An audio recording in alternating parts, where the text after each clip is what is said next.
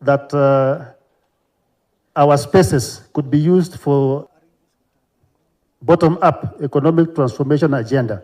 By mopping up, we are making better to be better, so that we have a generation that knows what is being done. I want to say thank you because we have a passport printing station in Kericho. That was exceptionally a blessing to us.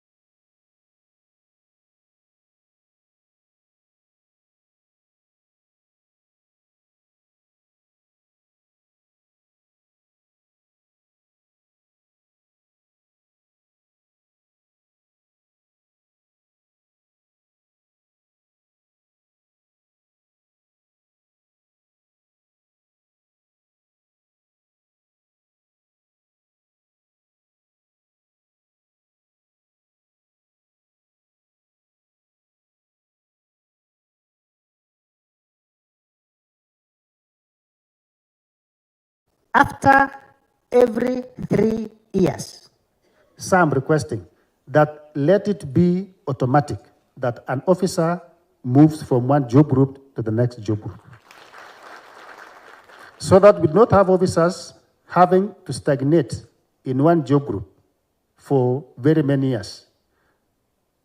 Our principal chief was senior chief for 7 years. And I'm very sure there are some other officers here who have stayed that long. So if that career progression is made and realized, it will boost the morale of our working condition. And even if there are no vacancies, but let that officer be transited and be paid a commensurate package with the rest of the civil service. Some of us, we have children. We have children, all of us. Sorry, I'm assuming that I'm addressing a baraza somewhere. So, the same children could be working in other ministries and they are earning more than we do. If our packages are made to be the same with the other civil service, that will boost our morale. Kindly, sir, let me not look like I'm repeating myself, but let the scheme of service address this, that when a vacancy falls in a chief, let the assistant chief fill it automatically. Let the chief fill the ACC position automatically. And of course, going through the PSC. Let the ACC fill the DCC. Let the DCC fill the CC. And finally, let the CC, as our County Commissioner, Mr. Kitio, I want to exceptionally talk about this allowance, hardship allowance.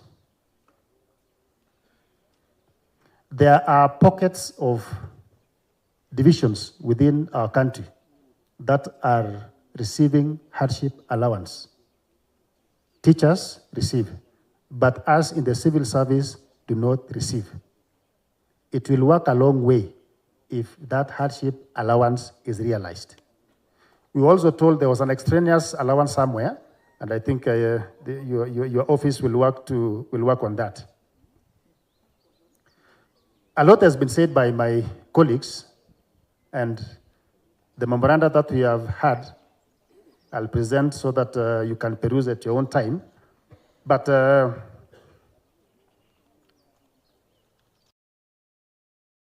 working organization, you feel that you are working where your boss is a boss. My immediate supervisor is an SEC. Sir, I feel bad when I go to a raid. I feel bad. I would feel an SEC to have a Land Rover so that I remain with a motorbike. To look that I have a boss. I know it might be captured, but on my own standing and understanding of the chiefs, when a boss looks at a boss, we salute that boss. So as you go to Nairobi, take our greetings to our beloved president, tell him that his region is intact, tell him that we are peaceful, tell him that any agenda that he raises, we shall execute. Sir, I want to point out 3 things that might not fall in your office, but okay, 1 or 2 falls. 1, because we already have a passport printing station in Kericho. An ID printing station in Kericho is also possible. To avoid the long queues in Nairobi, we have a ID printing station in Kericho. 2, we also request that we digitize issuance of birth and death certificates to avoid the long queues in the offices. And finally, allow me to challenge the MCS. Yes, sir? Digitization of birth and death certificates. Allow me, sir, to challenge the MPs who are present and the MCS who are present here. These are the people who sit in the policy formulation platforms. I would request that they formulate policies that will help the Ngao officers, and especially on the fight against illicit brew and alcohol. Let the judiciary bite harder. Let the judiciary bite harder. These stories of kukibishana pombe itaisha yenyewe, because when it's meant to be punitive, it will go a long way in helping us. But it is so demoralizing when an offender of bangi anaambiwa enda fanya kazi kwa ofisi ya chief. So anakuja anafanya kazi kwa ofisi ya chief, akuletea chena anakuambia nilienda na nimerudi. So might be that falls in the office of the political wing. Sir, allow me to present this memorandum and also allow me to sit down. Welcome sana. Kongoi missing. Thank you. We have heard from chiefs and assistant chiefs. Before we invite the SECs, this being our day, Waziri, probably something has been left out. So, assistant chiefs, kama kuna kitu kimeachwa, you can air it. Somebody somewhere? Aha. Aya, apewe mic. Another mic over there.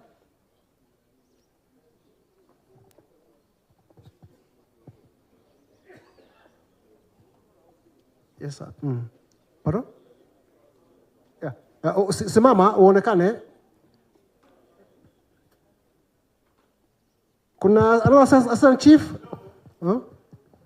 Sawa, lakini upewe kipaza sauti.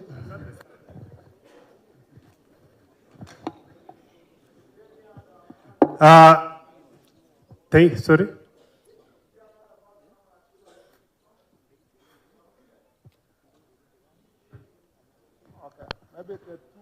Aya, sawa.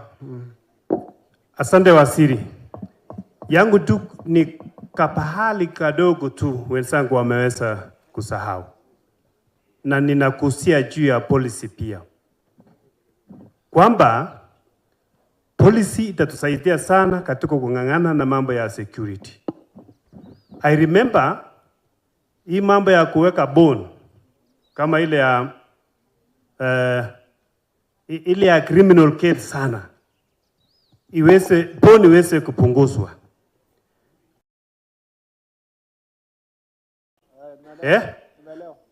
ipunguzwe, kwa sababu yule mtu tunamleta kama chiefs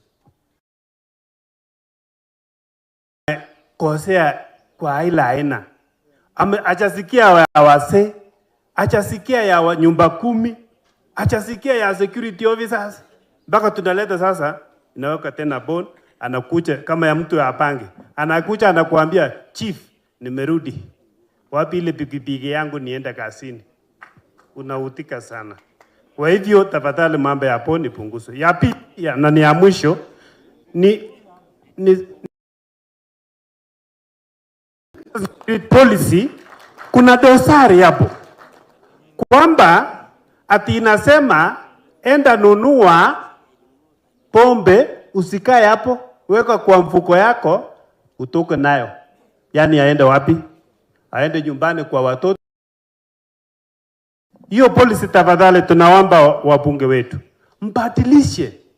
Wine and spirit iangaliwe vizuri, kwa sababu kama eneo langu, kata langu la Kaitui location, sasa hakuna pombe ya illicit ya kutengenezwa na village hii ya breweries ya wale wanatoka Kaitui na eneo hilo na Kapsegud pia wamemaliza, lakini hii wine and spirit ndio inaua sasa familia.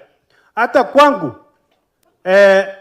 karibu vijana katika one village 20 hawajaoa ile pombe ya, lakini hata siku hizi unasikia kuna ingine ya kukorokwa, na hiyo ndio imeua familia kabisa.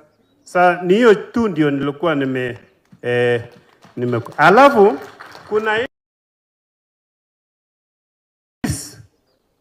wale ngapu, tafadhali hiyo pia itatusaidia sana, kwamba kama chief ukiona makosa pale, alafu unaongea na askari yako, hata nao waone kuna kosa pale, hiyo ni security imeshikwa kwa mlango, haijaenda kuuma watu sana. Asanteni sana. Haya, huyo mwingine. Thank you, sir. Our able CS. I want to say thank you for coming to Kericho.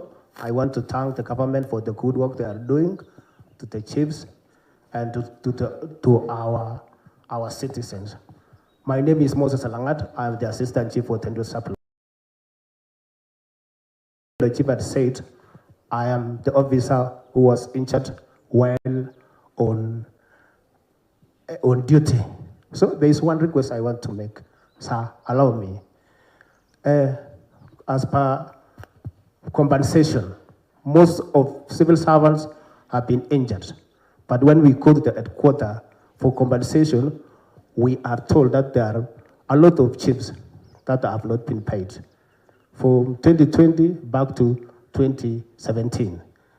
Imagine, sir, after working for our good government, for our good citizens, we still suffer. Recently, we applied for promotion after completing the mandatory 3 years, but a regret came saying we have not called the APTC. So, if possible, sir, the issue of APTC may be reduced. Currently, sir, I'm a person with disability after being injured by a pro. As somebody had said, the person who assaulted me did not even serve for the 7 years that was required, but he served for only 2 years. Meaning there is a cap. So, as I was talking about the issue of compensation, imagine there are some officers who are waiting to be compensated, but they have passed away.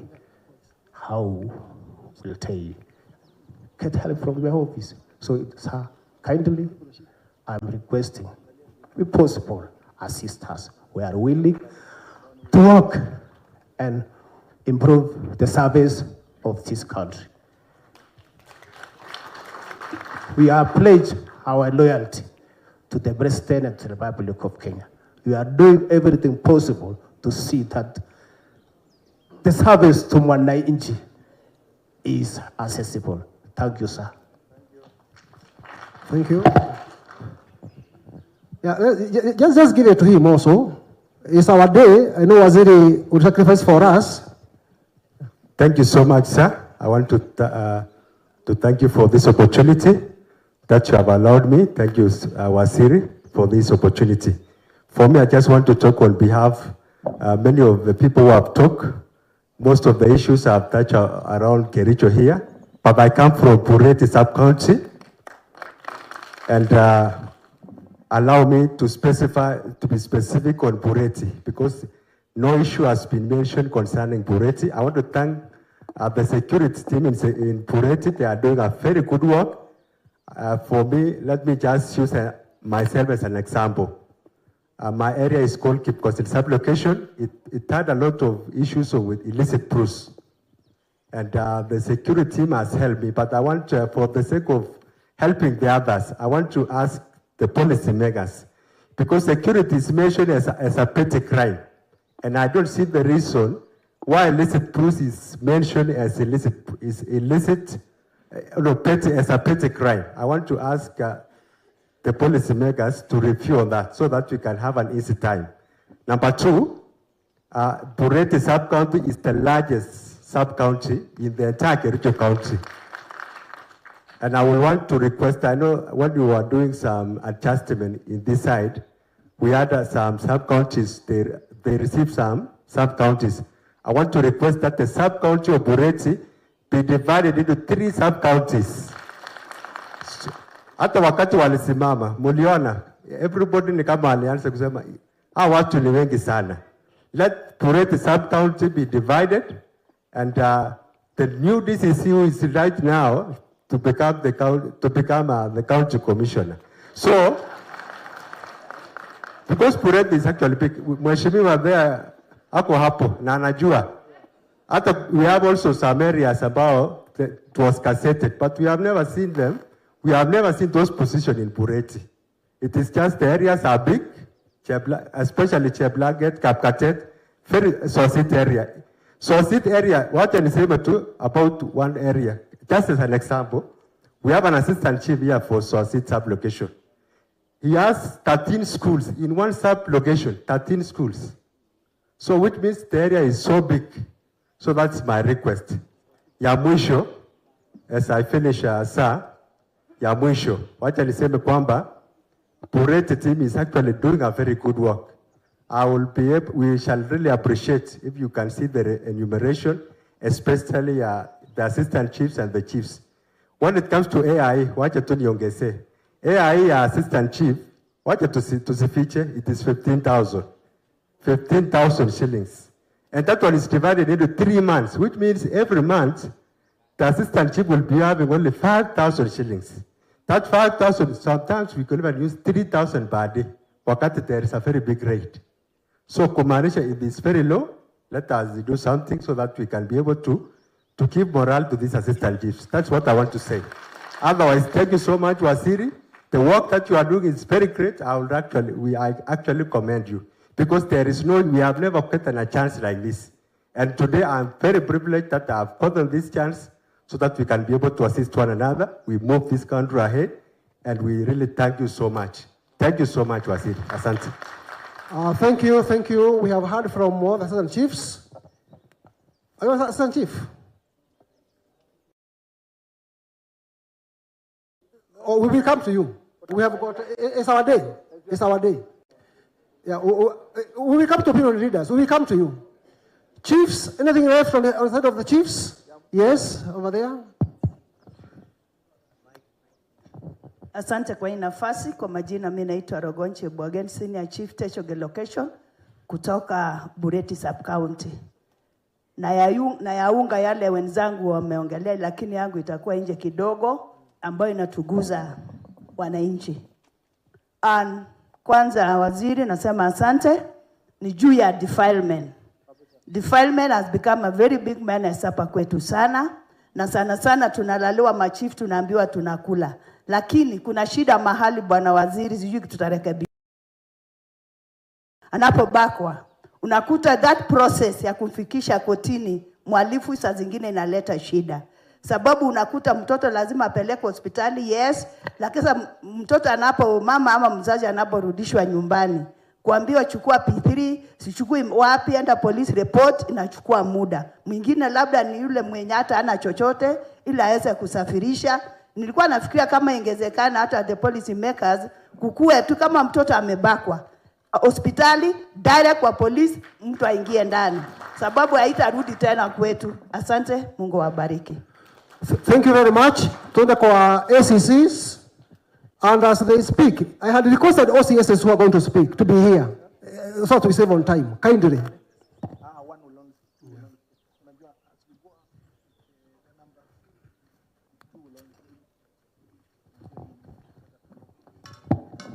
Thank you, sir. My name is Preston Ochieng, Assistant County Commissioner at the County Commissioner's Office. Sir, the cadre of ACCs, this is the engine of Ngao.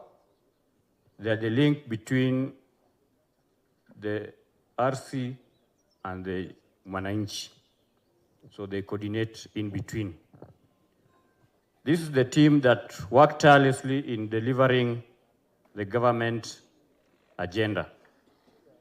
The team has successfully coordinated the registration of 155,770 farmers in Kericho County, the registration of 467,057 households in Kericho County to the SHA, planting of 1.3 million trees. This team has also coordinated and ensured that the government subsidized fertilizer, and in the financial year 2024-2025, the government delivered 281,531 bags of subsidized fertilizer. Since the year 2023 up to 2025, the ACCs have coordinated the delivery of 623,823 bags of subsidized fertilizer. So far, this team has delivered. There are few challenges pertaining SHA, where the residents are not getting it right when it comes to the payment of premiums. And the team is trying as much as it can to explain to them that they can opt for Hustler Fund to clear the payment for SHA, then they remain with payment for the Hustler Fund. And our team is working tirelessly to do that. So, despite all these successes, the team faces various challenges, and some have been enumerated by the chiefs. We have requesting for the harmonization of hardship allowance. In this county, there are places and there are divisions where other civil servants get hardship allowance. Sir, how I wish that you can work together with SRC and the Public Service Commission to ensure that all the places that are gazetted as hardship allowance for a different cadre of public servants, it can cut across for civil servant, because where a teacher is feeling it difficult, the security officer is even feeling it more difficult. The risk allowance, sir, our seniors are getting risk allowances, and we serve in the same areas, almost the same duties. We ask you if you can consider that. Our chief has talked about the mobility and respect of the bosses. Sir, this engine is not moving. There is no division in Kericho County where an ACC has a vehicle. We are requesting that our deputy president, when he was the CS, he promised that there will be delivery of 4,000 vehicles to this team. We ask that it can be fast-tracked. The chief talked about serving the public, and we are aware, sir, that the public is supposed to be served in a dignified way. There are cases that we handle, some of them require privacy, but sir, and I'm happy that we have the members of parliament within us. We are requesting that the CDF can effectively be used for building of offices and even the security roads. And I'm sure that together with the members of parliament who are here, they're going to look into that, because even you as a member of parliament, I'm sure you will not be happy to be served in some of the offices where we serve the public. The issue of illicit brew, in this county, sir, we are not battling now the illegal brewers that are in the villages. That one, our chiefs and the ACCs have worked on it. I'm happy the governor is here. Bwana Governor, huwa tunasema in SDA, Maranatha, Yesu yuaja. Kwa hii county ni kama Yesu hawezi kuja hivi karibuni. Because yes, we want revenue in terms of licensing of areas selling those wines and spirits. But let us also look at the morality and the safety of our people. Sir, if you will help us to regulate the areas that are being given licenses. I'm sure this is not just a Kericho County issue. Maybe you can look at it even with the Council of Governors so that you can see how this licensing of areas selling alcohol can be tamed. We are happy as Ngao officers, sir, that as ACCs, we had among us ACCs who have now been promoted to DCCs. The officers you see in front here in suits, they're among the few who are promoted to DCCs, and we are grateful for that. The issue of AIE has been talked about, and the ACCs are requesting that it be reinstated to where it was. Sir, there is an issue that of a security concern, and as security officers, we need to come up with a way of sharing security information. It's absurd, sir, that a very SITREP report, a very serious SITREP report, you meet it in a village WhatsApp group, or even in a blogger's page.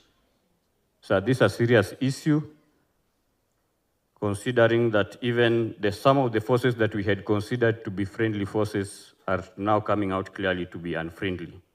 So, sir, I urge us to look into the way in which we shall be sharing the SITREP reports, even if it's creating an app that has end-to-end encryption.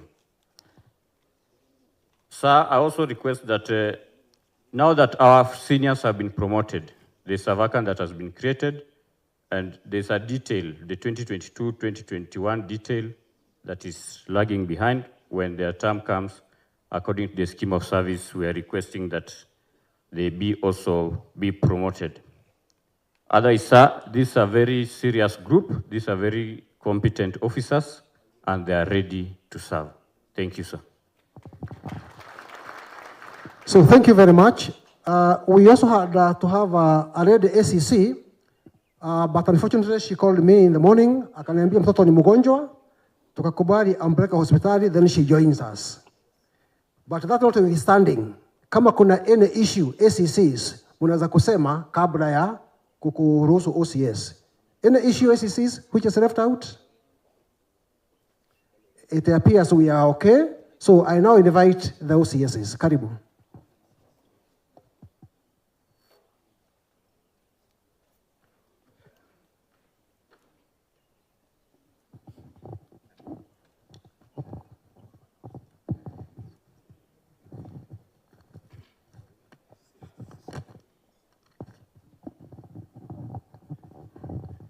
Honorable CS, all protocols observed, ladies and gentlemen, good afternoon. Sir, thank you for giving me this opportunity on behalf of my OCSs. Chief Inspector Muna, OCS for Tenant Police Station from Kipkillen West, sir. Sir, the first agenda is about the title deeds of our stations. Sir, most of our stations have no title deeds, sir.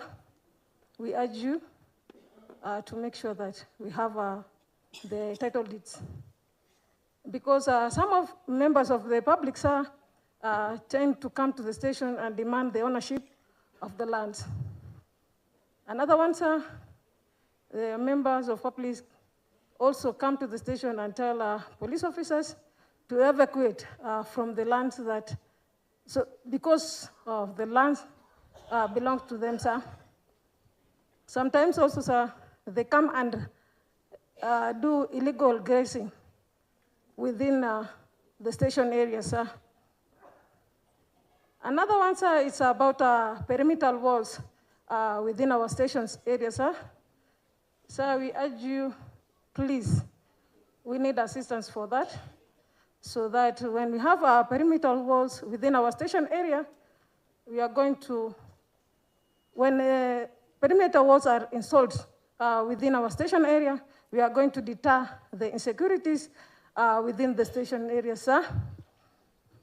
And we can also install CCTV within our station area, sir. And we can also make sure that the fences, when they are fenced, we determine the boundaries within our station area, sir. Another one, sir, is about deployment of new recruits within our region, sir. The newly recruited officers, sir, when they are posted at the operation area, sir, let it be within the span of 3 years, sir, and the changeover is made, sir, to avoid the overstay within the operation area, sir. Also, sir, the fair and distribution of members of the inspectorate within our region, sir. Sir, there are some of our stations that we don't have deputy OCSs, OC crime and OC gender, sir. We urge you, sir, you follow up for that, sir. Sir, that is all I have. I can welcome my fellow OCS, sir, to continue with the other, sir. So as the other OCS comes, let us have SC Sub-County Police Commander being near from Soin and DCI Representative Abusalo Muivanda. Muwe karibu hapa. Karibu.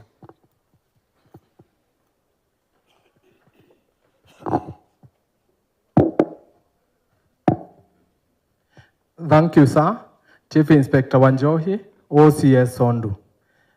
May I continue with some of the challenges that my fellow OCSs are having within their stations. One of the issues that have been raised by the chiefs, ACCs, is about the AIE. The same thing is affecting us. You find a police station that is operational but does not have an AIE. This forces an OCS to look all the best that he can do so that he can serve the member of the public who does not require or have assent, so that he or she can make that person to appear in court on light time without the blame from the members of the public, because if you happen to say that you have nothing, it brings police in action. So, kindly, sir, consider the police stations that do not have an AIE, those that have an AIE. We have some challenges. We have to buy the stationaries, we have to buy the toners, we have to do some minor repairs within the station. All that is from the retro AIE that we get. Kindly, sir, if it is evaluated, we shall be much grateful. Promotion on merit. Hakuna mtu apendi madaraka. Ukweli ama uongo? We are very happy that of late we have received so many officers that who have been promoted on merit. Ukiona amepromotia, si unajua ameondoa jam.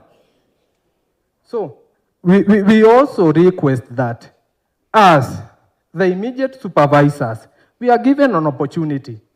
We also consider those people who work and can be given an opportunity to progress. In organizations, you find kuna the best performing group, unakuta kuna watu wamekuwa rewarded from the performance. I as an OCS, I must be having somebody, I'm my OCPD, who have performed exemplary during the year. Why can't I be forwarding that name so that at the end of the year, we get a group of officers who have been promoted on merit from what they have done during that year? From that, those promoted on merit, we can consider them for training. Some years back, we were having some regional training.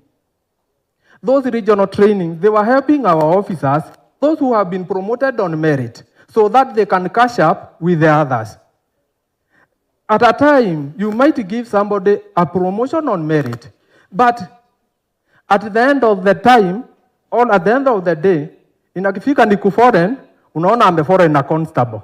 Wewe ndio unamuita unamwambia, wewe ni corporal, kuja hapa mbele. Because you have not given him the courage from which he deserves to have as an NCO, because you have not undergone any hata ile kasemi ya wiki mbili. Si ni ukweli? So we request that RTCs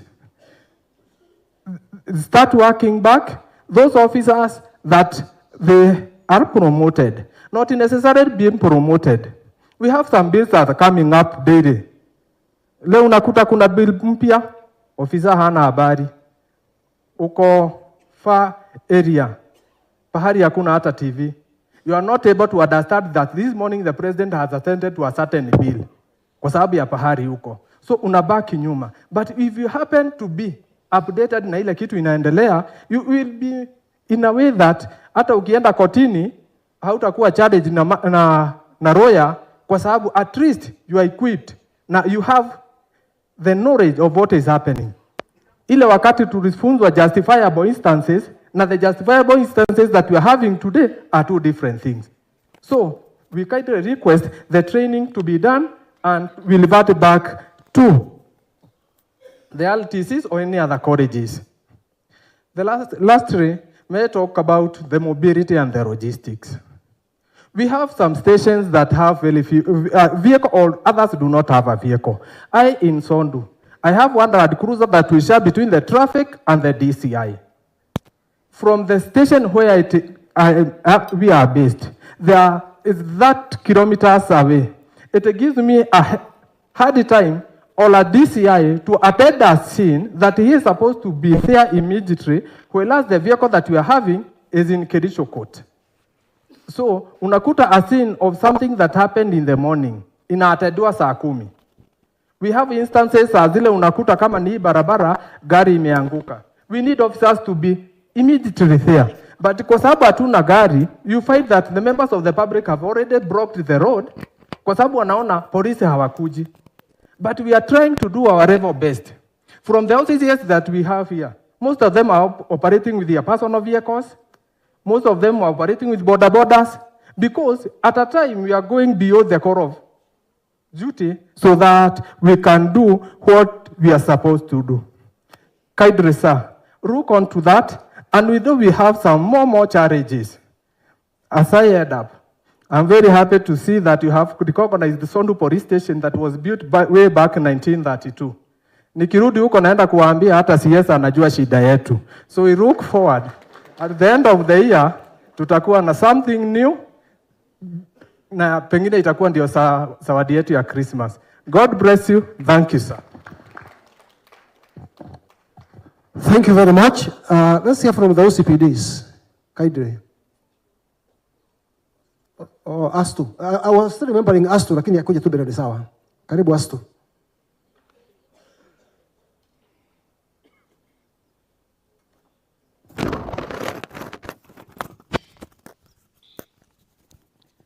Waziri wetu wa usalama,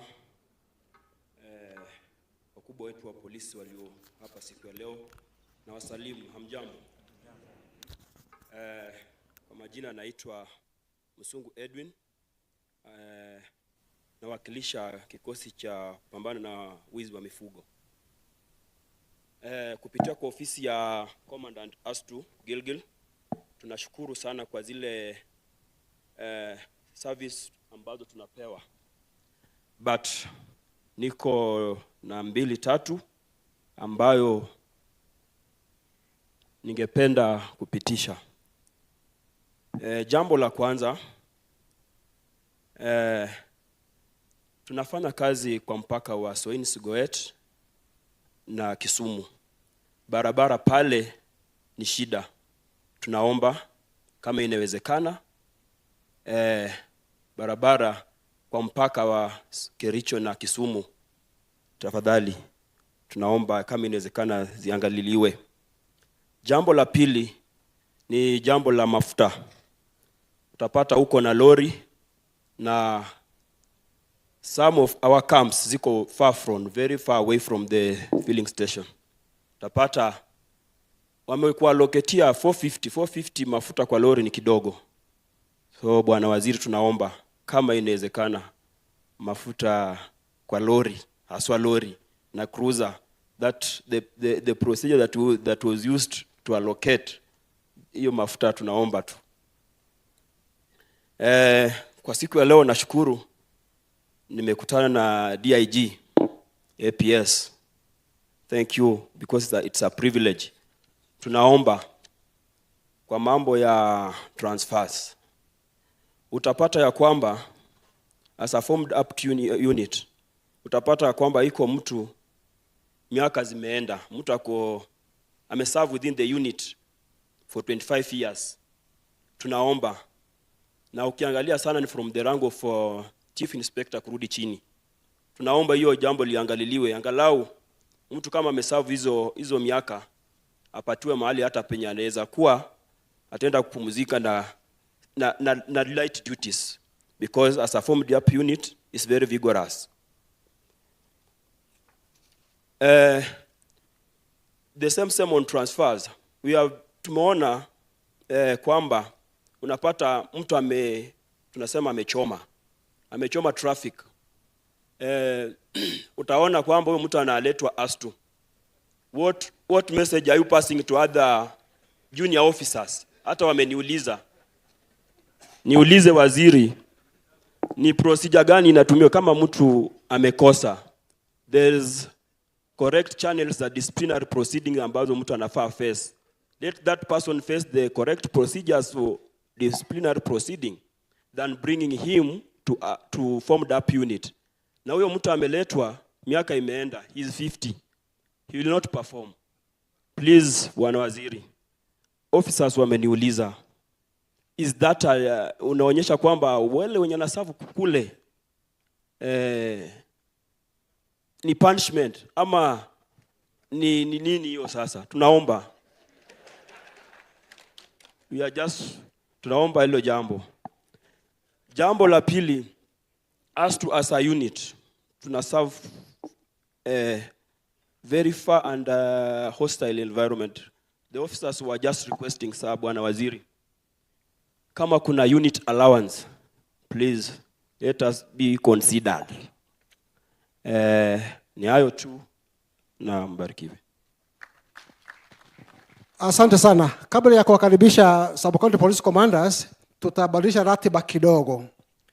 Kiongozi wa wengi katika bunge la seneti ameomba kwamba kuna shughuli ya dharura nataka kushughulikia.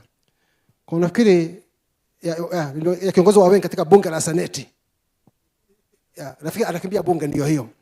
Kwa hivyo lazima tumruhusu, kwa tuvuje protocol kidogo. Tumkaribishe kwa makofi pia. Asante Commissioner. So waziri wa usalama na masuala ya ndani, waziri Kipchumba Murkomen, pamoja na delegation yako yote na maafisa wetu wa usalama hapa Kericho, viongozi wenzangu, naomba niwasalimu wote, hamjambo. Waziri, karibu sana Kericho. Wewe sio mgeni hapa. Umetembea hapa mara mingi, lakini nafikiri sasa hii ndio mara ya kwanza kuja katika hii program ya Jukwaa la Usalama. A very well thought out program in my opinion. Sijawahi kupata nafasi ya kufuatilia in other counties, but today I've had the opportunity to see how important this program is. This is what we meant when we promised the country kama Kenya Kwanza kwamba tutakuwa bottom up. Bottom up sio kwa masuala ya uchumi peke yake. Even in listening to the needs of the people, when you get it from the grassroots going upwards, is a very important thing. Mara mingi, we get it wrong in our policy by sitting in comfortable offices in Nairobi and thinking that tunaweza tukatoa tu maagizo na wale wako chini watimize hiyo. So I really want to congratulate you because of the approach you have taken to the security issues in the country, listening to the people straight from the grassroots. Nafikiri kwa sasa tumewasikiza afisas wetu na najua baadaye, sababu naona wananchi wako pia watapata nafasi kutoa maoni yao pia na kusema ile ambaye inawahusu. Na nafikiri hiyo ni jambo la maana sana. So nakushukuru sana waziri kwa hiyo, na najua utafaulu katika kazi yako kwa muda ambao rais amekupatia utumikie taifa letu kwa sababu ya hii mambo ya jukwaa la usalama. Ndio saa ile unajibu maswali, saa ile unakaa kwa ofisi yako Harambee House ukipanga maswala ya taifa, unakumbuka kile inaendelea katika taifa letu. This is a brilliant move and I must congratulate you for that. Secondly, nimeomba ruhusa waziri, because leo ni siku yetu ya mwisho before we break for a long recess in parliament. So I have to be back by 2:30 because kuna maswala kidogo ya kazi pale ambaye I hope to conclude before the rise of the house today at 6:30. Na wewe unajua hiyo kazi because ni kazi umewahi kufanya, and you know sometimes it's difficult to move things when you're not there. So otherwise it was my intention kuketi na kusikiza haya maneno mpaka mwisho. Ni vile tu imekutana na hii maneno ya bunge, so nikaomba ruhusa na asante kwa kuniruhusu. Sitachukua muda mrefu waziri, nataka kusema tu kwa dakika 3 yale maswala mimi mwenyewe najua zaidi ya yale ambaye machief na afisas wetu wa polisi pia wameweza kusema pamoja na ACC. Ya kwanza waziri, kabla utoke Kericho siku ya leo, kuna jambo nataka utatue. DIG yuko hapa. When you are vetting the IG, there's a promise he gave me. Unfortunately, haja fulfill na wewe ndio utafulfill leo. As a condition for supporting him, tulikubaliana. Today, if you drive a car kutoka Mau Summit mpaka Kapkatet, utakutana na roadblock karibu 100. 100. I don't think there is any other part of the country that has the number of roadblocks that are in this county. And they are extortion centers. Sio mahali, hakuna usalama inaangaliwa. Ni kuchukua tu pesa, magari inapita, probox inapita. So kabla utoke Kericho hii, tafadhali waziri, tatua hiyo. Hiyo ni kitu nataka leo. I want it to be a history. Na hii problem, even when you are my leader in the house, you remember I brought a statement while you were majority leader. Imagine imenifuata mpaka sasa. I'm still majority leader na hiyo watu ni kichwa ngumu kabisa. Hawasikii na wafuati kile inasemekana. Tafadhali tukubaliane, because I don't agree with what is happening in those stations. Let's agree. If it's about security and what needs to be done, I'll appreciate. I wouldn't have a problem, by the way, if there were many and doing the right thing. Wangekuwa wengi na wanahakikisha kwamba abiria ni ile namba inatakikana kwa gari, na hii pombe ambaye tunaongelea haipiti, na pia ile ukora singekuwa na shida. But unfortunately, there are other interests beyond that which they need to be doing. So please, that thing needs to be addressed. Ya pili ni hii kitu ambayo tumesema kuhusu mambo ya pombe. Nafikiri your officers wamesema ukweli. We have a challenge kidogo ya maneno ya pombe. You remember, we have neighbors. Sitaki kusema ni nani. Tuko na neighbors ambaye wanajua kupika hii kitu sana. Nae kwa bahati mbaya wako na neighbors ambaye wanajua kukunywa hii kitu sana. Sasa it's a very dangerous combination. Mmoja anajua kutengeneza, mwingine anajua kukunywa vizuri. So kuna biashara inaendelea hapo, and there are particular routes ambaye ukiuliza your officers na intelligence wanajua pahali hiyo pombe inafika. The distribution center ni mahali hapa, mahali Nyagacho hapa. Majengo. Pahali chief wao alizungumza. Anajua chief wao ni ule Skandi, a very competent officer. In fact, sai ukimuuliza who that person is, atakupatia. Is a very well connected individual. Hakuna askari ama mkubwa wa officer ameweza kumtoa. Leo hiyo haiwezi kukushinda. Pambana na huyo mtu. The lead person who brings all the illicit brew somewhere within the neighborhood. Unajua inchi iko na mambo mingi. Naweza kutaja alafu isemekane anaonea watu wa jamii fulani. Lakini hiyo itatusaidia. Ya tatu, it's on new, before I move from alcohol, there's something tumekuwa requested and I want to commit on your behalf. That one we are willing to help you. This issue of licensing of bus, I think it's a national problem which we may need a law to guide it nationally, because it's not just a Kericho problem. This is something we need to review. Wacha tukirudi pale katika bunge, let's look at it, tukubaliane hata kama serikali zetu za counties zinataka revenue, what is a maximum number per capita of bus that can be licensed? You know? And that one, I want to give my commitment as leader of the house. Iyo nitakusaidia, because that is something that we need to do. Administrative units zile umeambiwa, please help us, Waziri. Especially on the border locations that border certain regions. The chiefs na assistant chiefs wa hiyo area, they cover very huge locations. Now, unajua, in fact, last week or a week before, we wrote to you and your PS with that particular request. The last thing that I want to say, because I don't want to take long, na nilikuwa naona kila mtu alikuwa anachukua dakika 2-3 peke yake, is that I also want to appreciate that they are very exceptional officers ambao wanafanya kazi hapa Kericho County. And we, as a leadership, we celebrate them. Kuna chiefs wako na pia officers wa security. They arrive in a region and we feel happy as leaders, because you can see the difference. Without, unajua, unfortunately, when you single out one, it's like you have excluded the others. But let me pick a recent one, because unajua hajakaa hata for long. The lady that OCS that spoke here, Madam OCS for Tenan. You remember, Waziri, we had a challenge security situation in Fort Tenan. There were a place called Kacheliba. It was a den of thieves, na kulikuwa na maneno mbaya sana yanaendelea hapo. Since Madam OCS afike, I can say as the people's representatives, wakora wamehama. And you know, saa ile tunasema ile mabaya inafanyika, lazima pia tushukuru kwa yale mazuri officers wetu wanatufanyia. I must really celebrate what Madam OCS is doing, Waziri. Wakora wamehama, hata ile vijana wa kusumbua wanatuma message. Because you know, when we went there, wananchi walisema mtulete. Sasa wanatuma message, wanasema tulisema mlete lakini si mkali kama huyu anaumiza. So we really want to appreciate.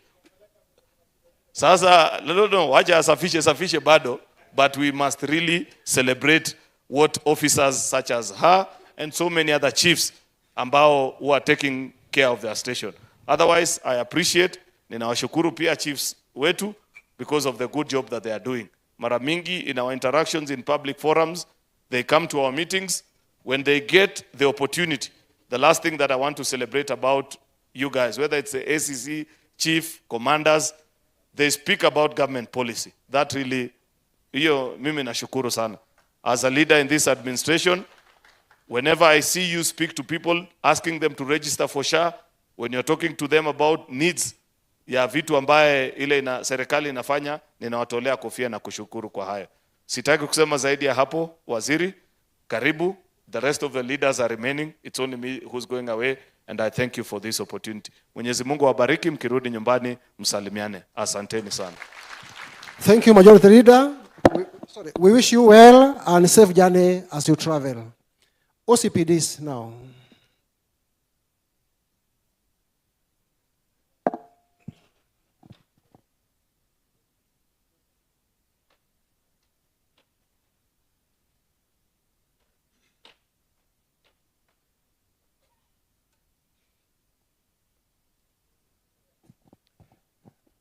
Good afternoon, everyone.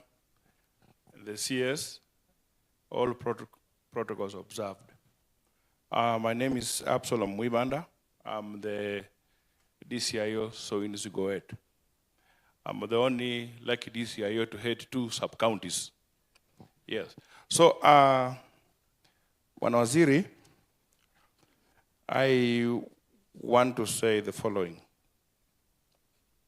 I am really happy and humbled that you initiated this exercise whereby you collect views from the ground. And it's the way to go. It's good you took this from your predecessor, Professor Kindiki, and it only takes a lawyer like you to do that. I want to echo the following. Sir, I know there are so many issues and they are repetitive, and I think when you go around the country, they're bound to be repeated.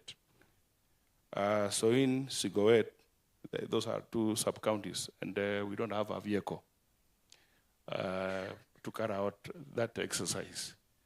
You'll wake up one morning, there are 5 murder cases, and you're supposed to attend all of them.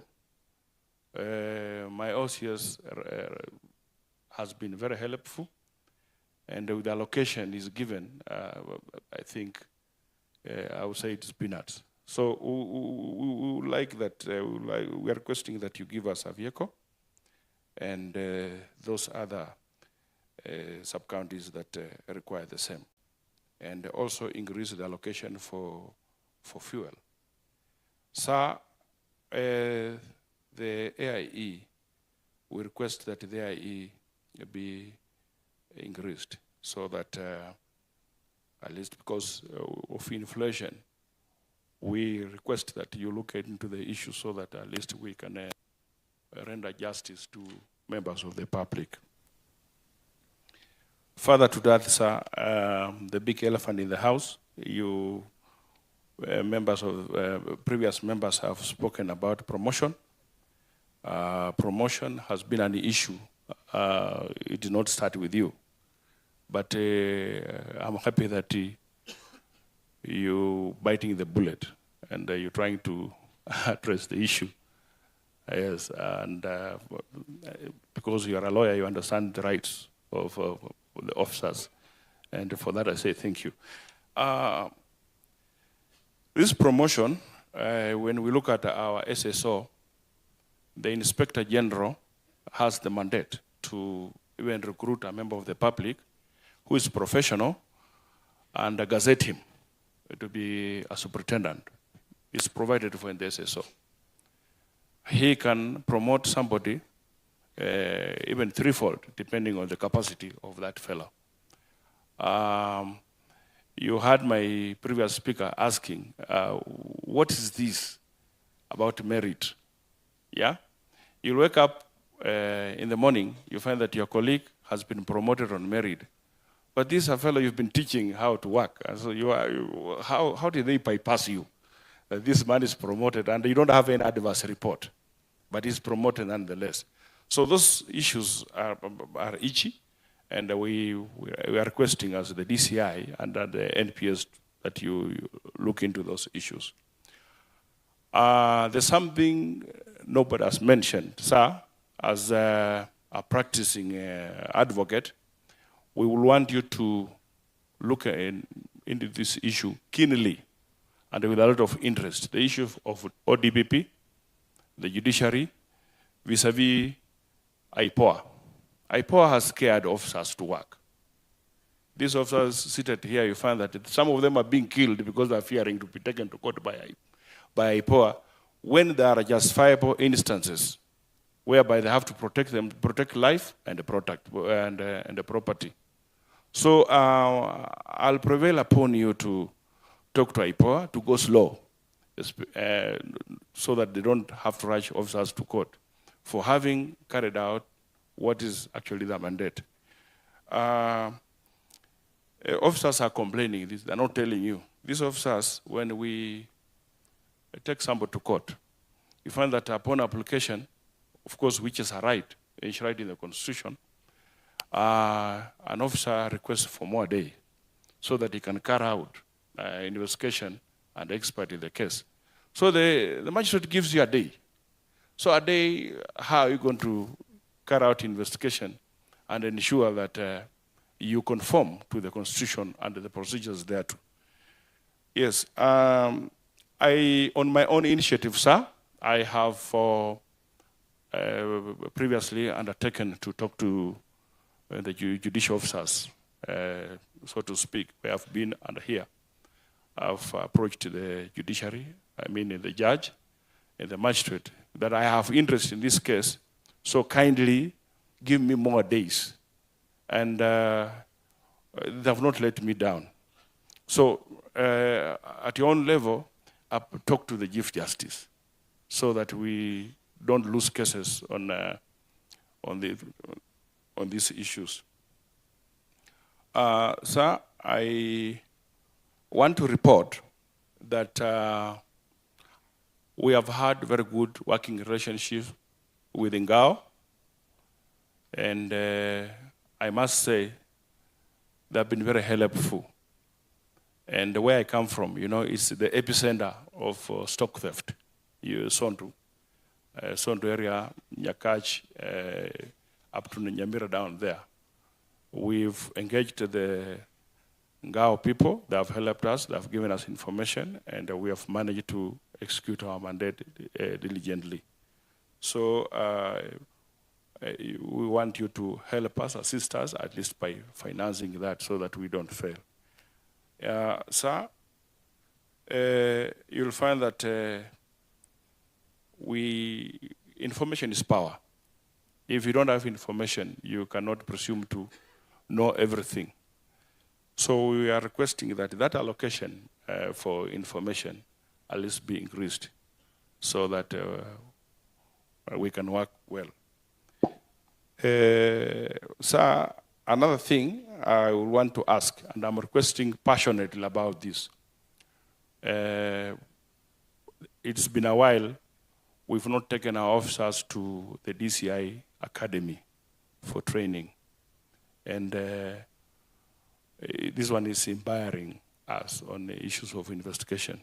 So as soon as you allocate at least some finances so that we can have at least a bigger number of officers going there so that they can learn investigations. And also increase the number of investigators. Right now, you'll go to some station, you find a DCI has only 2 officers.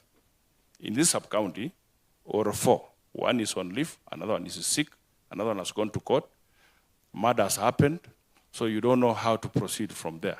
So I'm requesting that at least if you looked into that, we will appreciate. And sir, though I'm not supposed to pinpoint a particular person, there's an officer in the anti-stock theft unit. If it were my wish, if you left here and get a promotion to the next rank, it will be very helpful. That officer has helped us arrest cattle rustlers and thieves. And that's how we have managed that border. You've not had instances.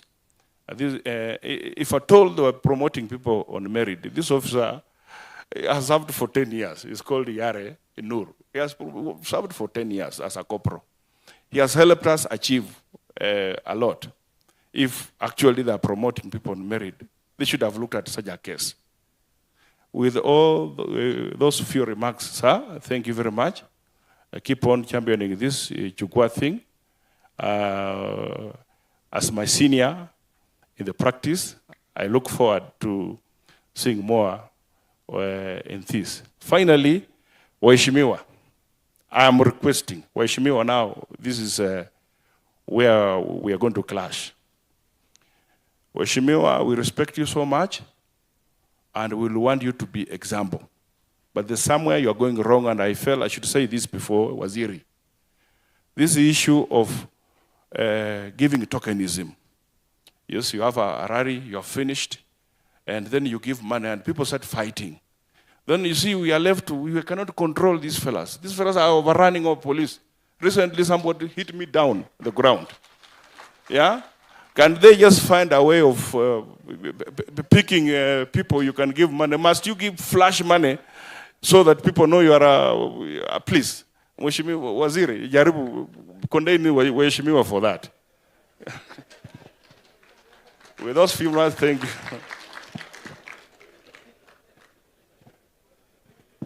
So welcome, just welcome. Welcome.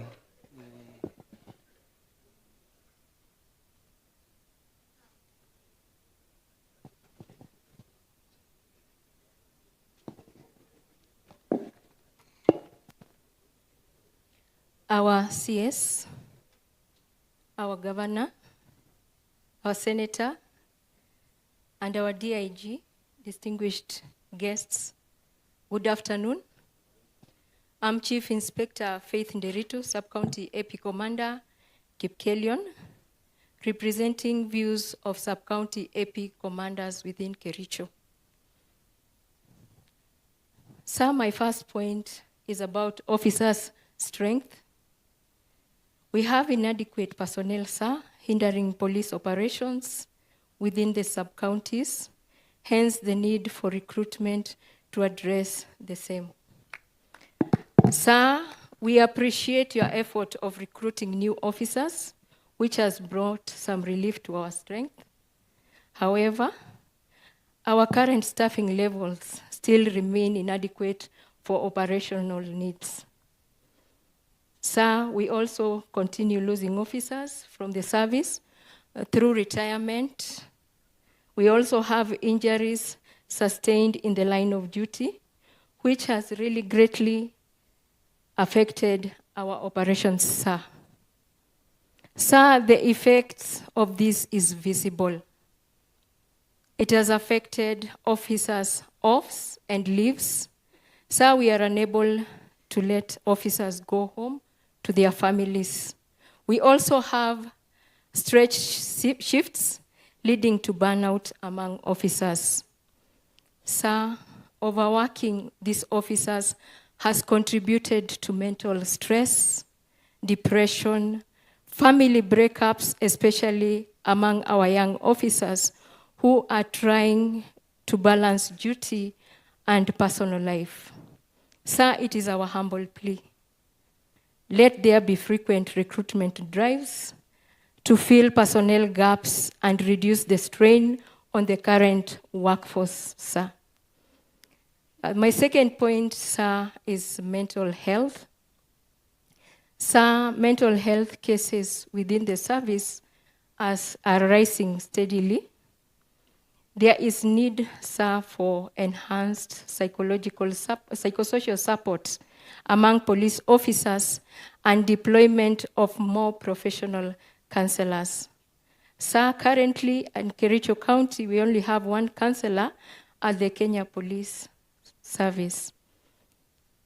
Sir, we appreciate your leadership for recruiting counselors. However, the number of counselors remain insufficient at the sub-county level, where real day-to-day pressure is experienced. Sir, it is our humble request, and it is our recommendation that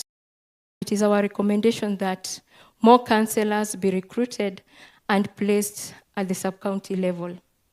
Sir, we also recommend that sub-county commanders be empowered through capacity building and mental health first aid training to better support officers who are directly under their command. My third point, sir, is about housing. This is another pressing issue, sir, within our service, where we have had most, if not all, officers living outside police camps and often far from their deployment areas. Sir, this has greatly compromised emergency response, as officers may be unreachable, or while on off duty, sometimes they switch off their phones, meaning you will not get them when needed. Sir, as a service, we are supposed to be operational on a 24-hour basis. It is crucial, sir, that we relook the housing policy to bring back officers to the lines for both command accountability and also for prompt operational deployment. Sir, another point is about development and a refresher course. Crime trends have changed, and thus there's need for more courses to enable our officers understand security emerging challenges, and also acquaint themselves with modern service equipment, sir. Sir, it is our wish that to thank your leadership for the ongoing development courses, and to keep up, we recommend, sir, one refresher course for officers who last attended courses more than 10 years ago. And we also recommend for development courses for those promoted on merit and have not had a chance to go for the development courses. Sir, as I end, security starts at the grassroots, and investing in sub-county leadership structure is investing in the very heart of national stability, sir. Sir, we thank you, and may God bless you. Thank you very much. Tusikie kutoka kwa OCPD on behalf of the sub-county police commanders.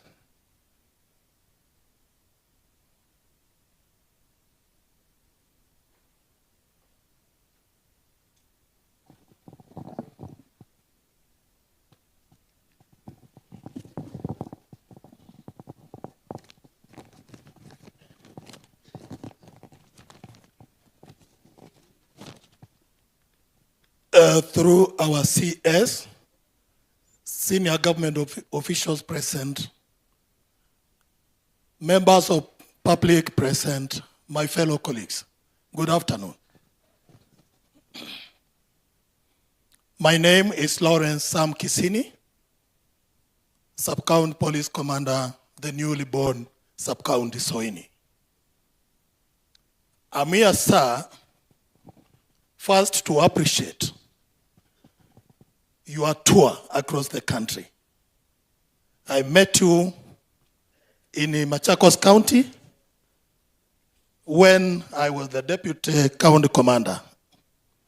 And I can attest to that.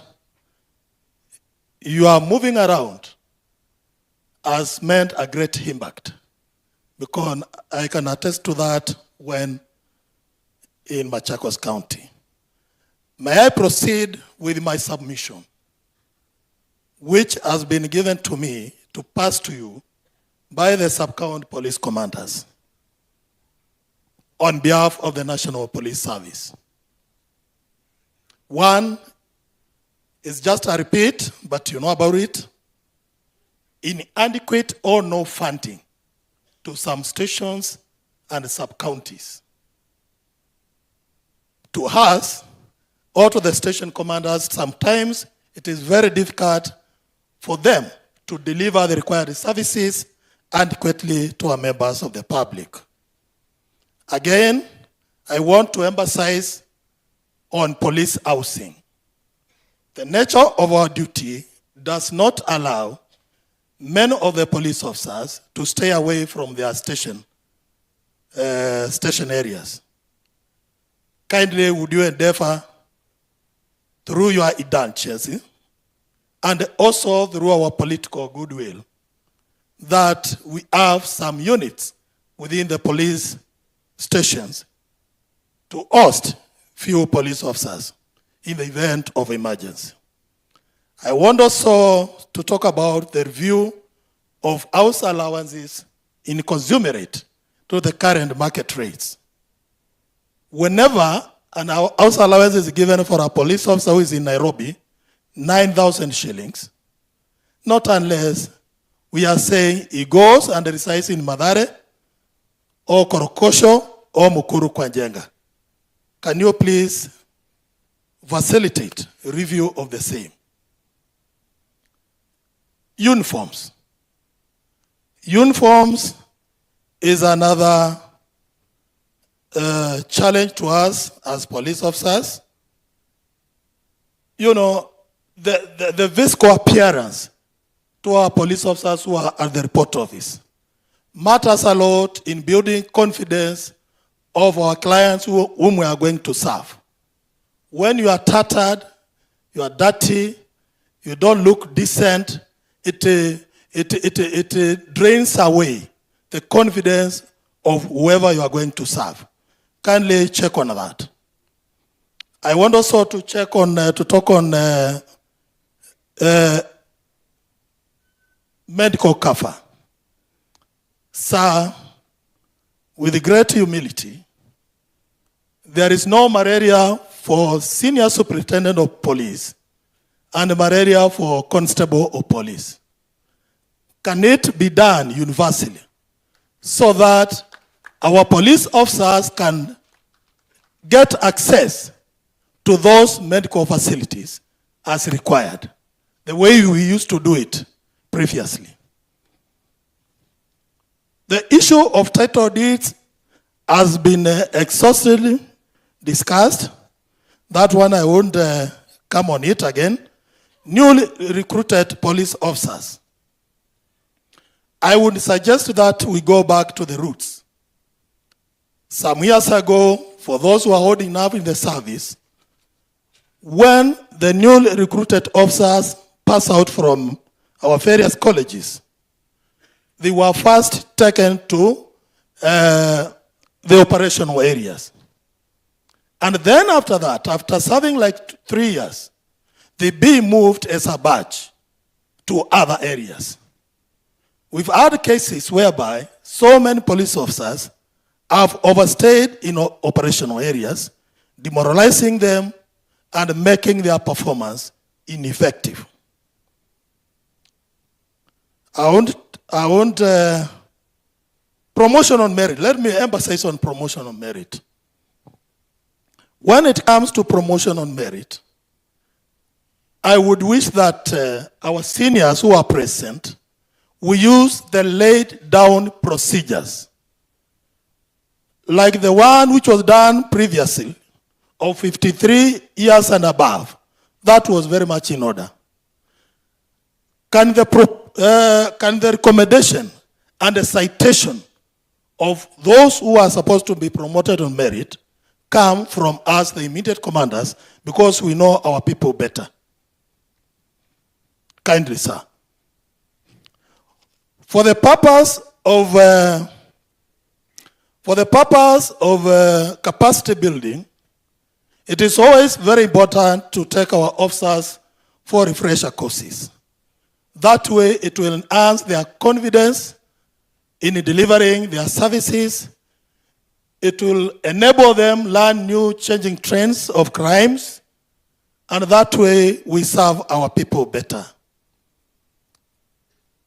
Out of our experience last time during the demos, which emanated from the Gen Zs, as police station commanders and senior officers in the service, we came to learn that there was a gap in the vehicles that we are using in executing our duties. Ordinarily, we are supposed to face our client, who are the demonstrators. So we need to have specially designed vehicles to face our protesters from both sides. If we can have back-to-back seats within those vehicles, it will enable us, do what is required of us. Because out of experience, whenever you show your enemy the back, then you expose yourself. And we need to have that all-round defense whenever we are dealing with our clients in court. Unnecessary, if not unprocedural, transfers. Sir, I still want to emphasize on transfers. And the beauty in it, we have our DIG here. Some transfers, it is of the feeling of many of the officers that they are unnecessary, unfair, and unprocedural. Why do I say that? I have an evidence whereby some of the officers within the last 2-3 months, I've traversed like 3 different counties. And some are here present, sir. I have a case whereby between 4th of last month and 19th of last month, that is a period of like 2 weeks, there is an officer who traversed 3 different counties. Our DIG, please. It is my humble request. Transfer is a thorn in the flesh in the National Police Service. Because by the end of the day, those who don't have shoulders to lean on are left to wander from left to the right. So please, kindly, can we check on that? And we are here to support the your ministry, so that we may ensure that we have peace in our country. Last but not the least, sir, every institution or government entity that is coming from the root has a teething problem. The same as a young child, newborn baby, I'm now championing for Soini sub-county.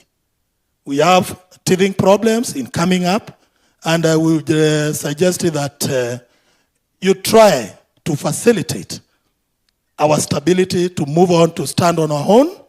Our able member of parliament is here. Sir, kindly support us. Your goodwill is very important.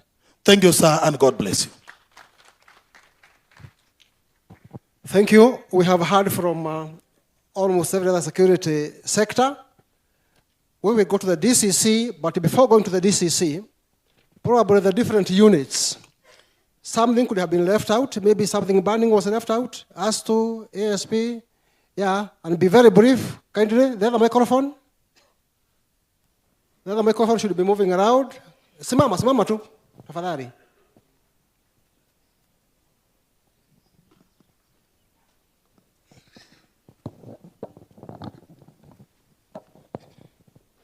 Good afternoon, sir. I'm Chief Inspector Ibrahim Apem, OCS Bororiet Police Station. Sir, I've heard of my colleagues, and I'm feeling that there's one point which has been left out. And this point is from the members of public side concerning investigations. Most of the, and this is about the land succession process, especially on ancestral land.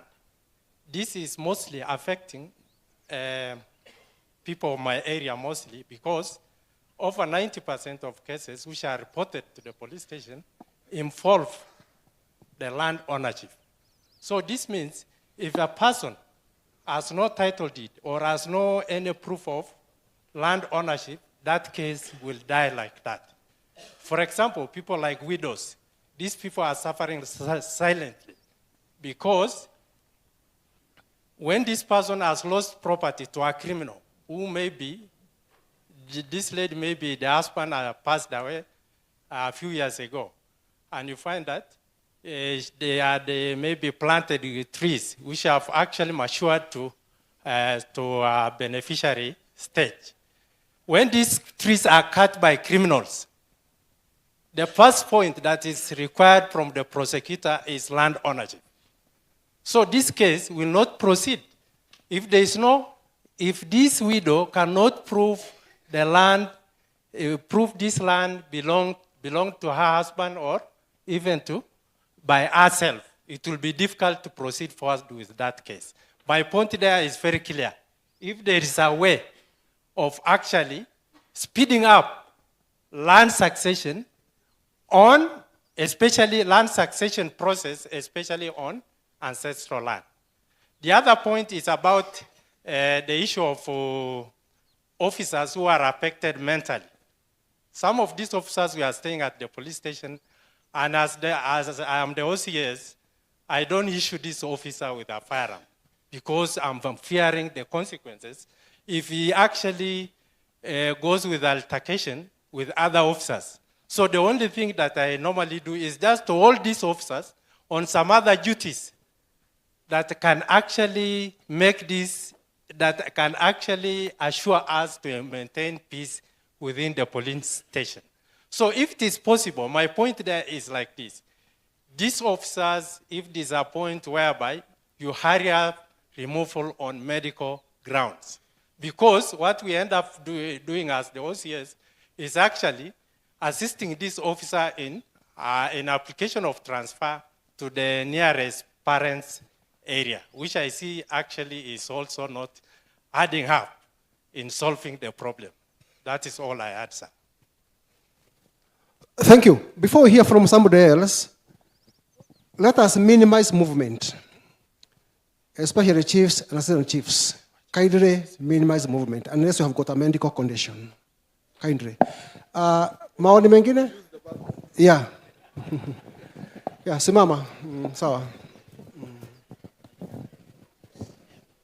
As yes, and all protocols observed, sir, I'm Chief Inspector Nixon Shipiti, OCS Kipstate Police Station.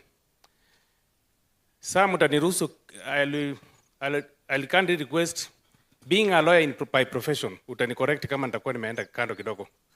Tukirudi nyuma upande ya riots, zimekuwa zikitusumbua. But to the best of my knowledge, kwa shule kidogo ile masomo niko nayo kidogo, we have got 3 types of lawful killing.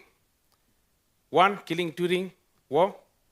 Then the hangmans, ile judge anakuhukumu kifo. And then 3, killing during riots. I can quote.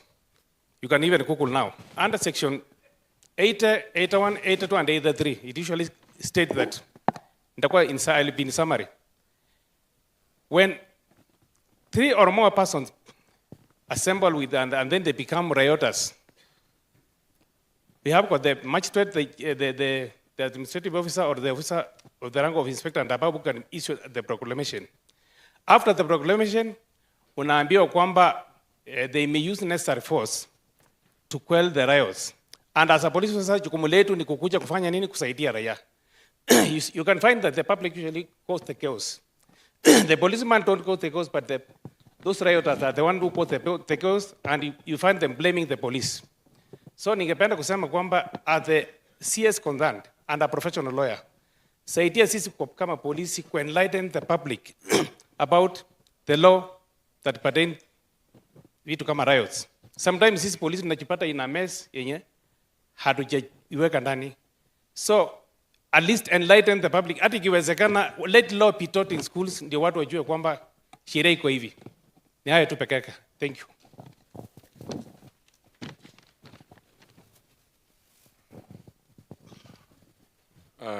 The CS, Honorable Mr.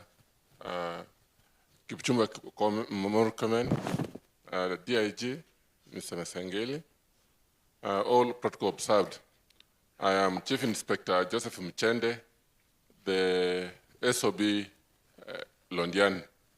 I have 2 issues which concerns wananchi. First, there's a chief who mentioned about defilement. And it is true, wananchi are going through, because we have a new P3 form, which has about more than 10 pages. And at the police station, we do not issue the P3s. It is now the responsibility of the victim to go and make for maybe photocopy from the cyber. Is there any way that maybe we can help victims of defilement? Because some of them are actually down, they do not have even the cash to do the photocopy. 10 copies. Secondly, about postmortem. Postmortem, it's left to the family. It's left to the family of the victim. So, but I think we have doctors who are employed by the government.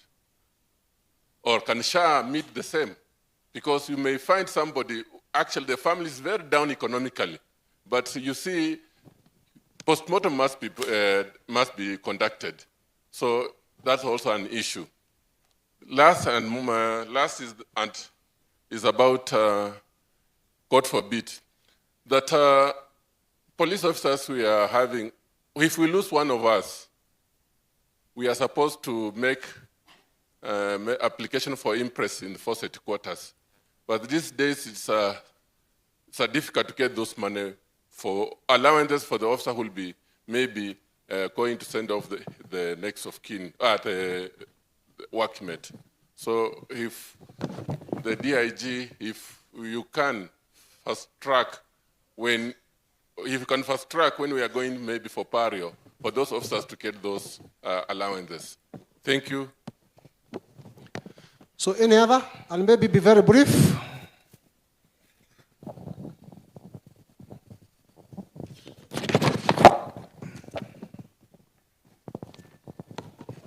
Thank you, sir.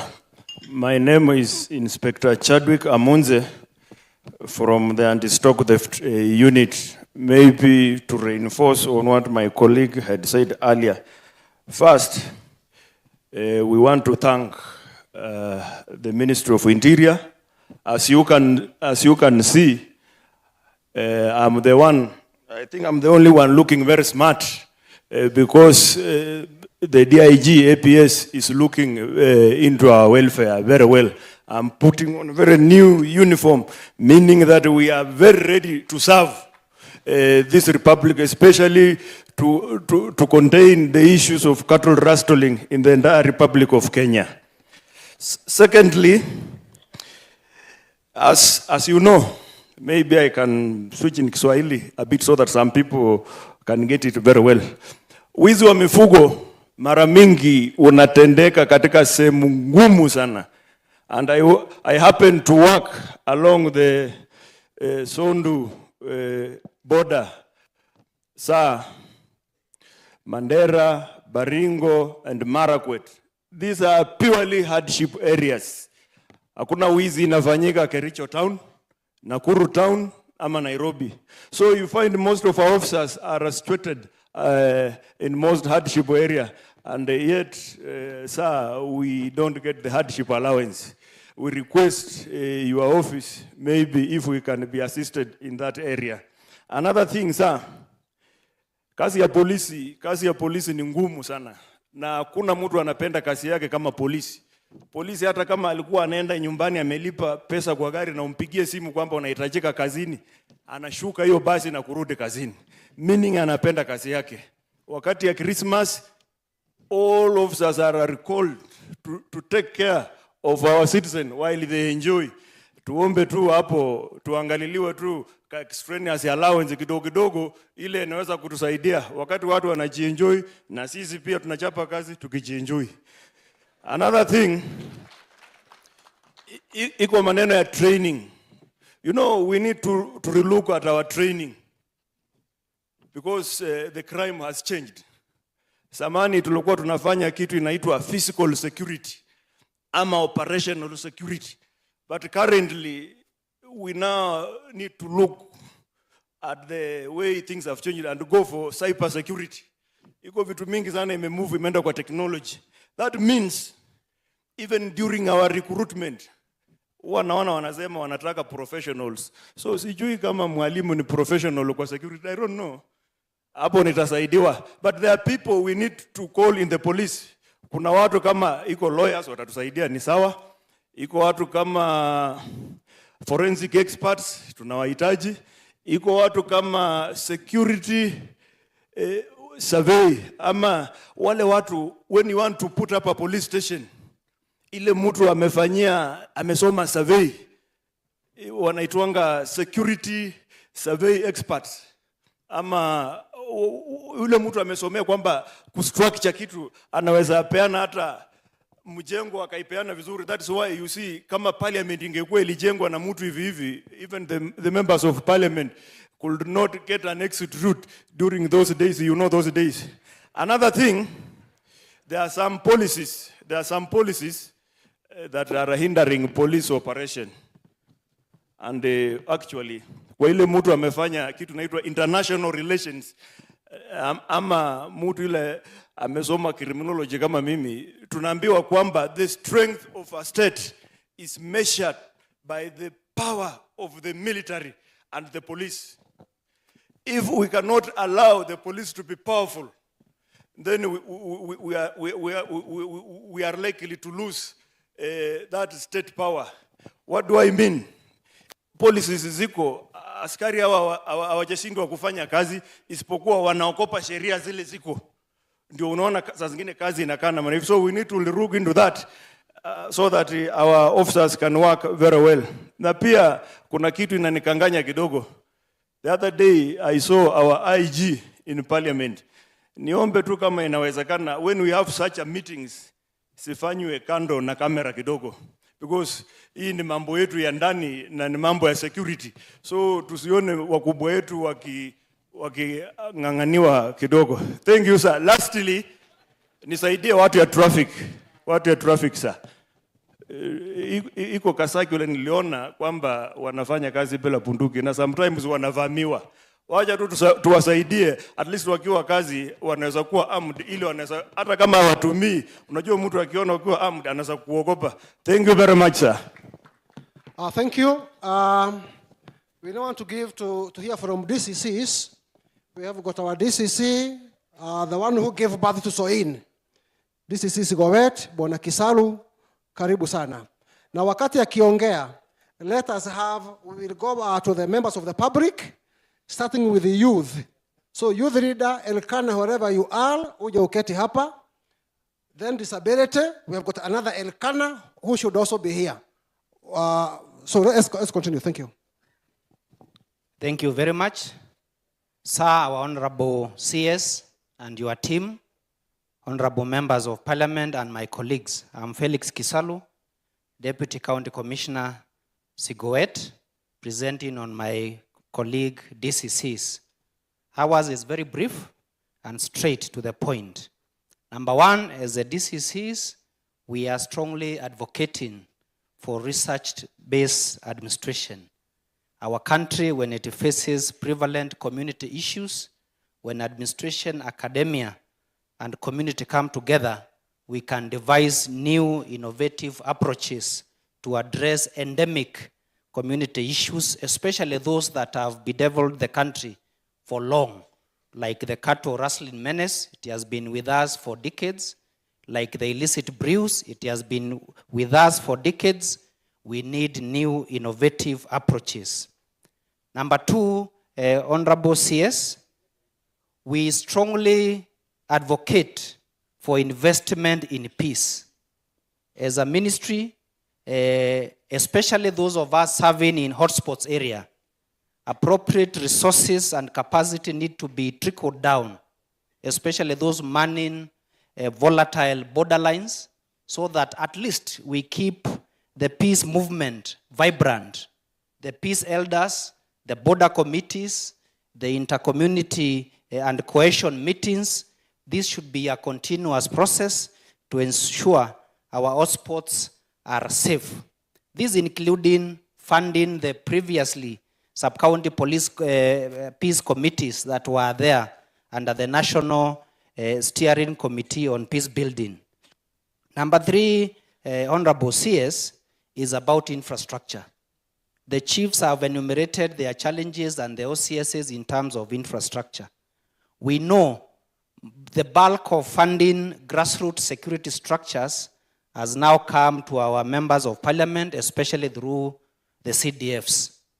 Our proposal as DCCs, because we are privileged to sit in those sub-county committees, is to develop a mechanism where funding to security sector is ring-fenced, is not left at the discretion of maybe the local committee or area member of parliament or the DCC.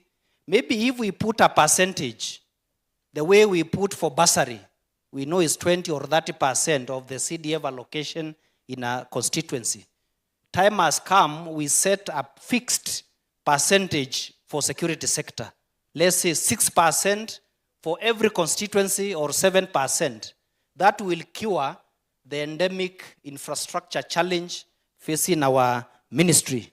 And we know, Waziri, you have been in the political circle. It is very easy for you to put a mechanism with the relevant parliamentary committee on NCDF and parliamentary committee on administration. And our simple mathematics, Waziri, is very appetizing. If, for instance, we dedicate 7%, that is in policy, of the entire CDF, out of the 51 billion as a country we allocate, that would secure your ministry a cool 5 billion in a year. Within a 5-year political cycle, we are talking of 20 billion to the ministry to finance the security sector. Sometimes it's not very wise when we fund a lot, especially for schools. We put a 10 million dormitory and we don't have a police station. So when there is a strike, there is no police to guard the 10 million facility for that school. So we must match funding in education and also funding for our security sector.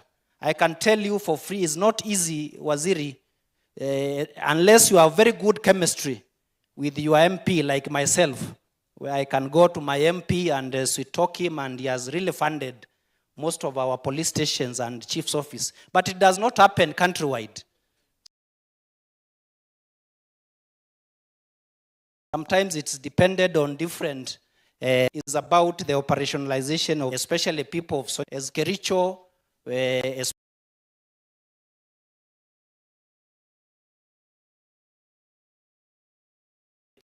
as Kericho, especially people of Soin Sigowet are very happy to the government.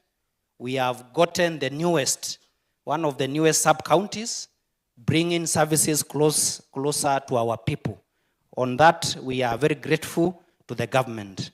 We also urge, for those special areas, especially border locations that have faced ethnic clashes and ethnic upheavals, we strongly recommend for operationalization of such units. And for Kericho, I would be very wrong to conclude my submissions without mentioning Tabaita location. Because Tabaita is the last location bordering 3 counties, Nyamira County, Homa Bay County, and Kisumu County. It also houses Sondu, which we all know is a leading conflict hotspot in the whole region. And that big town is only managed by one assistant chief, not even a whole chief, an assistant chief. So we strongly recommend, for purposes of peace, we operationalize Tabaita to ensure our border with Nyanza is safe.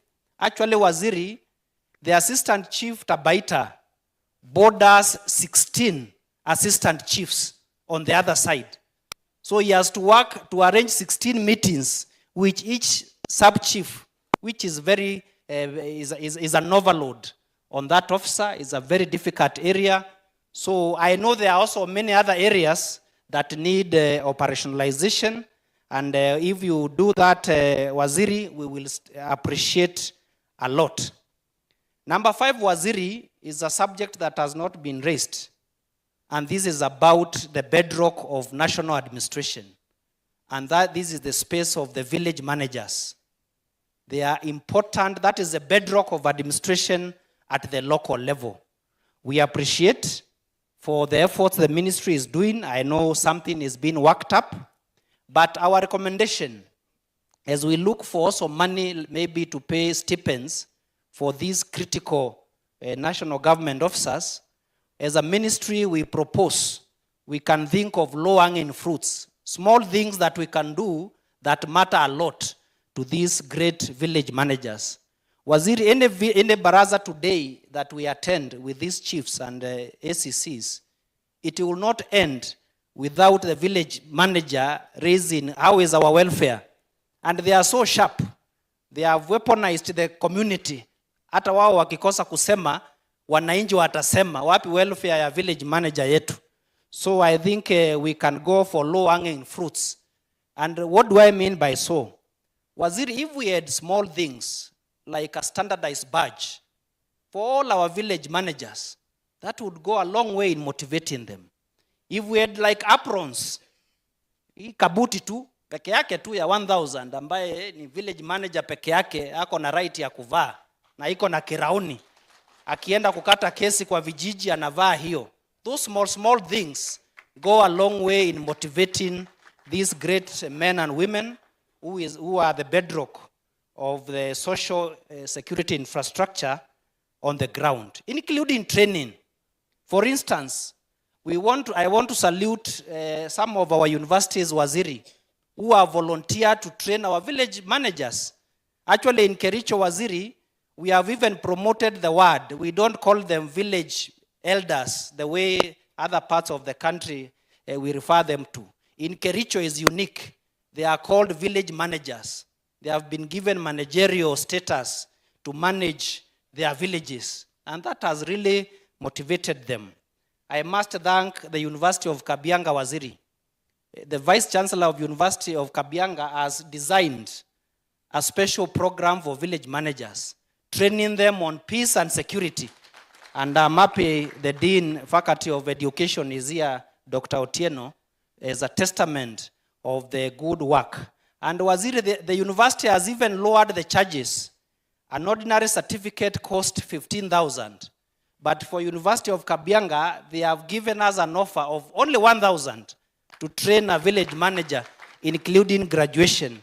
So we really encourage also other institutions to support. And good enough, Waziri, I also want to urge our members of parliament who are here to also find little resources to support training, especially at the local level. Like my area member of parliament has accepted that 50,000 for the village elders, they will not pay. The CDF, through our Mheshimiwa, has chosen to pay for the entire lot.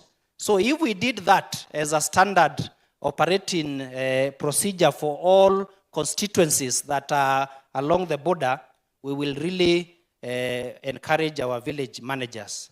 Lastly, Waziri, I must thank the ministry for the deliberate career progression path it has embarked on. It is very visible on the ground. The fast tracking of chief promotion, thank you very much. Recently, you promoted over 200 ACCs into DCCs. Thank you very much. We don't take that for granted. Also, the ongoing suitability interviews by PSC, by all senior DCCs, we don't take that for granted. We hugely appreciate. For the officers that the DCIO mentioned, I want to echo, because the DIG is here. Sometimes we have very junior officers who are serving in the remotest of our republic, who may not be visible out there, like the officer he alluded to. He is the face of anti-cattle rustling programs along that border. And through our interventions, now cattle rustlers have no peace. We track them up to their bedrooms. We have been able to return and recover 98% of all stolen livestock along the border. So when officers like Kopronur are recognized, we as the administration, we also appreciate. And that goes also to best performing chiefs, best performing ACCs, and best performing police officers. Thank you very much. God bless you. Karibu tena Kericho. Thank you, DCC. DCCs, anything else remaining? I know we have talked, and I think he has captured everything. DCCs are very happy. We used to be 8 DCCs. We have got the newly appointed ones, just as he alluded. And I think Waziri should see them, the newly appointed DCCs. Simama tu Waziri ya kuone. Those who are the newly appointed ones. Yeah, we have got a Kazi. Yeah, he is there. Alikuwa nje lakini amerudi, ameingia ndani. And sir, if you would look into their welfare, I know they are now a bit, wanashangaa wataenda wapi. I know they are anxious. Kila mtu akauke na kama uko na nini usalute kiraoni. Yeah, nathokete. Thank you very much. I now want to invite the members of the public, starting with you, the leader, ambaye pia ni kiongozi wa bunge la wananchi. And as he talks, I asked for the other Elkana, PWD awe hapa. Sijui, whoever can see Elkana, amwambie tunamtaka next. From there, we will go to Leader of National Cohesion, John Maritim. He should also be here. Thank you. Waziri Kipchumba Murkomen and all the protocols observed. I won't take much time because I can see that we are so tired. I just want to give some few comments about the security issues and also make some requests to our Waziri, Murkomen.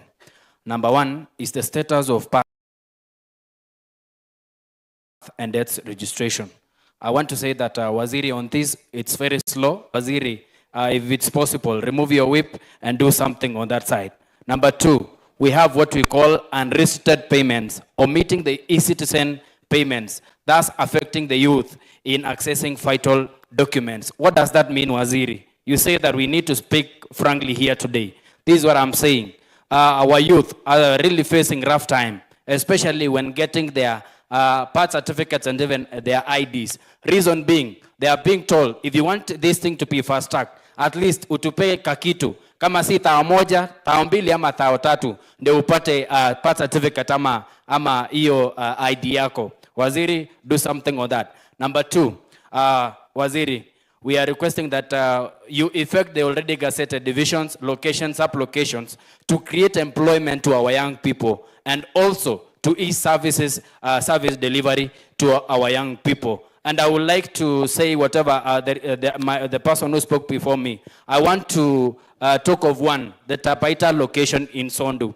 It is a very fast area. It's a very large area, and it's being on demand by one sub-chief.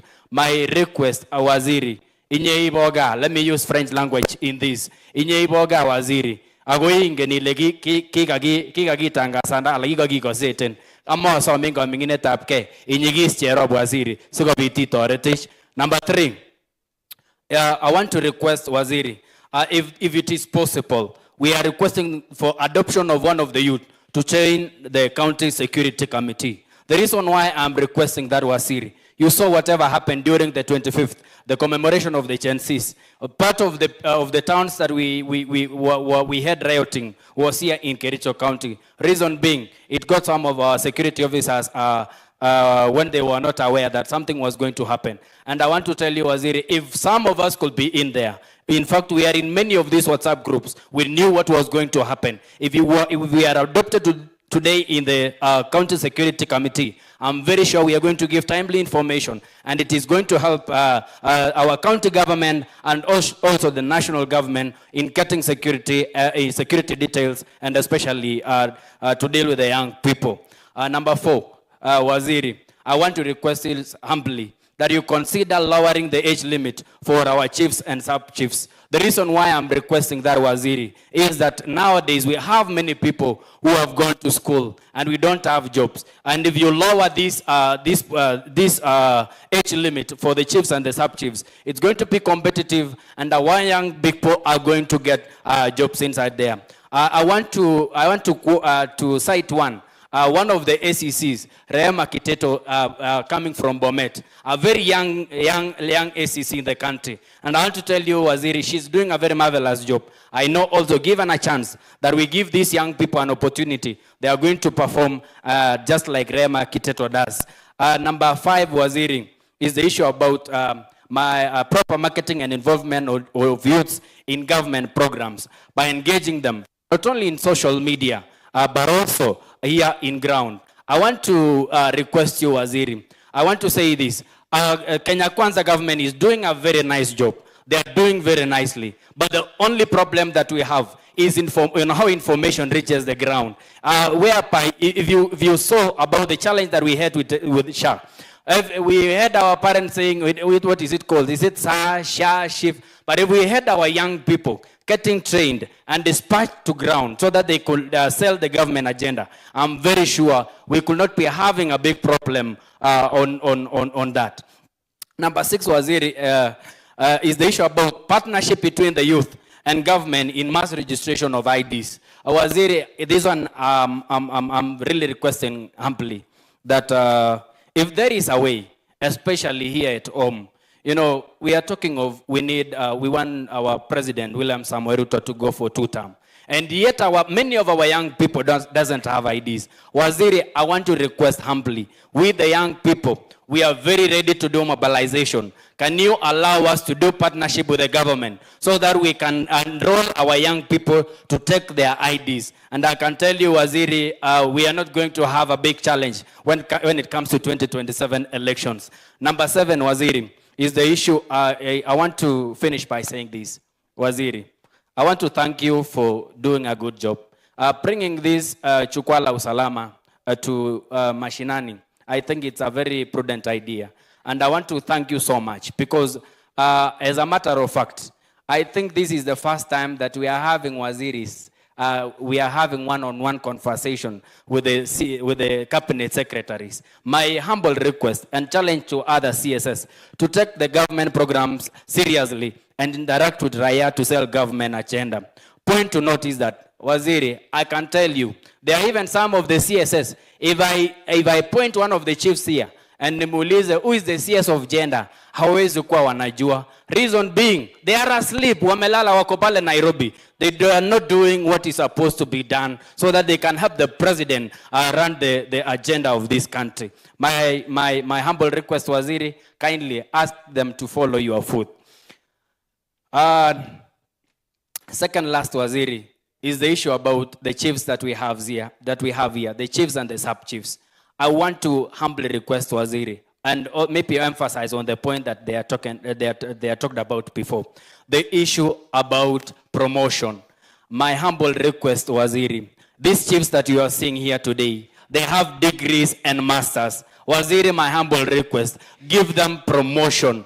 Like even I want to say that the other time I went to Kunya Quad, and I realized that we have one of the chiefs having a master's degree, Waziri.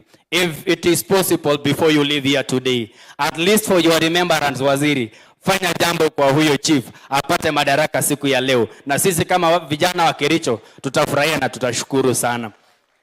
As I finish, Waziri, I want to thank you so much. We had Senator Aaron Cheriot here today, and I want to be so grateful that you nurtured a very young man, a very young and a very able man. And today you are here as the CS of Interior, Aaron being the majority leader.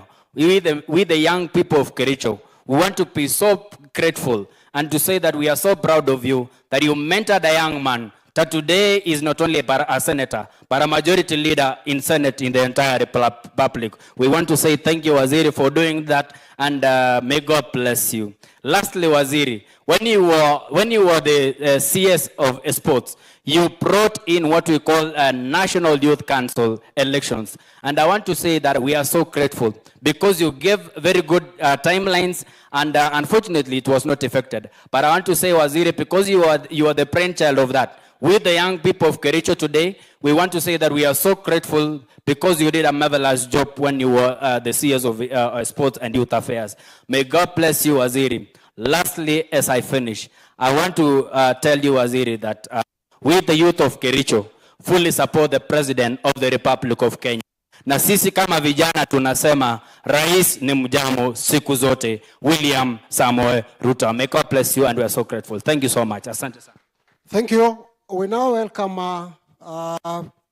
representative of those with disability, Bwana Elkana Koech, karibu. Just a minute. Acha youth wamalize. Nasema wako na kitu wamebakisha. Thank you very much. The CS and the chair of this session, allow me ride on established protocol and permit me to greet us all. Good afternoon. Good afternoon again. Aaron Kiprotich Bet is my name. I'm the President Emeritus of the Presbyterian University of East Africa in Kiambu, but I am from Sigawet Soin. Waziri, I've been sent here by the student leadership of this country because we've been following you. We followed you to the coastal region. We followed you to Samburu, to Turkana, and I've been asked to appreciate you for the policy that was given by NACADA of raising age of 18 to 21 years old. But Waziri, there's another proposal also in the same. They have said the way the United Arab countries does, like Qatar, please let us license people who are taking alcohol, because we still want to live in this country. I have been able to sit in a disciplinary committee for 3 years as the president, and the problem that we are facing is on drugs and substance abuse. Secondly, Waziri, we with the guidance of our elder sister, Charlene Ruto, we have been able to fight drugs and substance abuse. And I have the pleasure and honor to invite you on 5th of September to Sondu, where we'll be meeting the youths from Kisumu and Kericho for a peace caravan. Thank you and have a nice day. Sorry, I happen to be the co-chair of the National Presidential Task Force under the new funding model. And I'm pleased, also please tell His Excellency the President, we are grateful. What we proposed, that we are going to lower the cost of the university education, it was possible to lower to 15 to 40% because of our hands, the children of Kericho County and Kenya. Tell His Excellency we are still ready and we have proven that we can serve. I'm qualified now to be the PS and the CS in this country. Thank you very much. Thank you very much. Elkana Koech, karibu.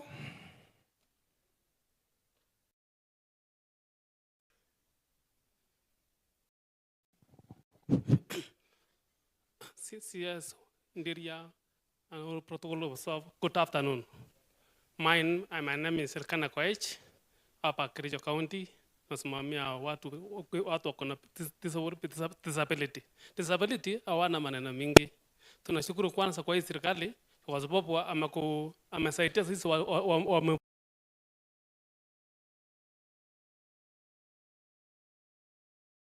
sana juu sahi ukienda sahi kwa driving license uulize unataka driving license anakuuliza kuhusu vitu mingi. For example, sisi ni class HF na sahi kupata ni shida sana. Hasa naomba Waziri usaidie sisi kidogo, apunguze hiyo sheria kidogo, at least angalau every disability apate driving license ndio ikuwe rahisi kidogo. Kila kitu tunashukuru sana kwa serikali. Naona serikali ameshika watu wa disability mkono. Tunashukuru sana. Sisi hatuna maneno mingi. Tunashukuru sana. Thank you so much. Thank you very much. We have national cohesion. Do you have somebody? Yeah, karibu. After national cohesion, we will have leadership of Kabianga University, starting with the student leadership, then the one presenting the Vice Chancellor.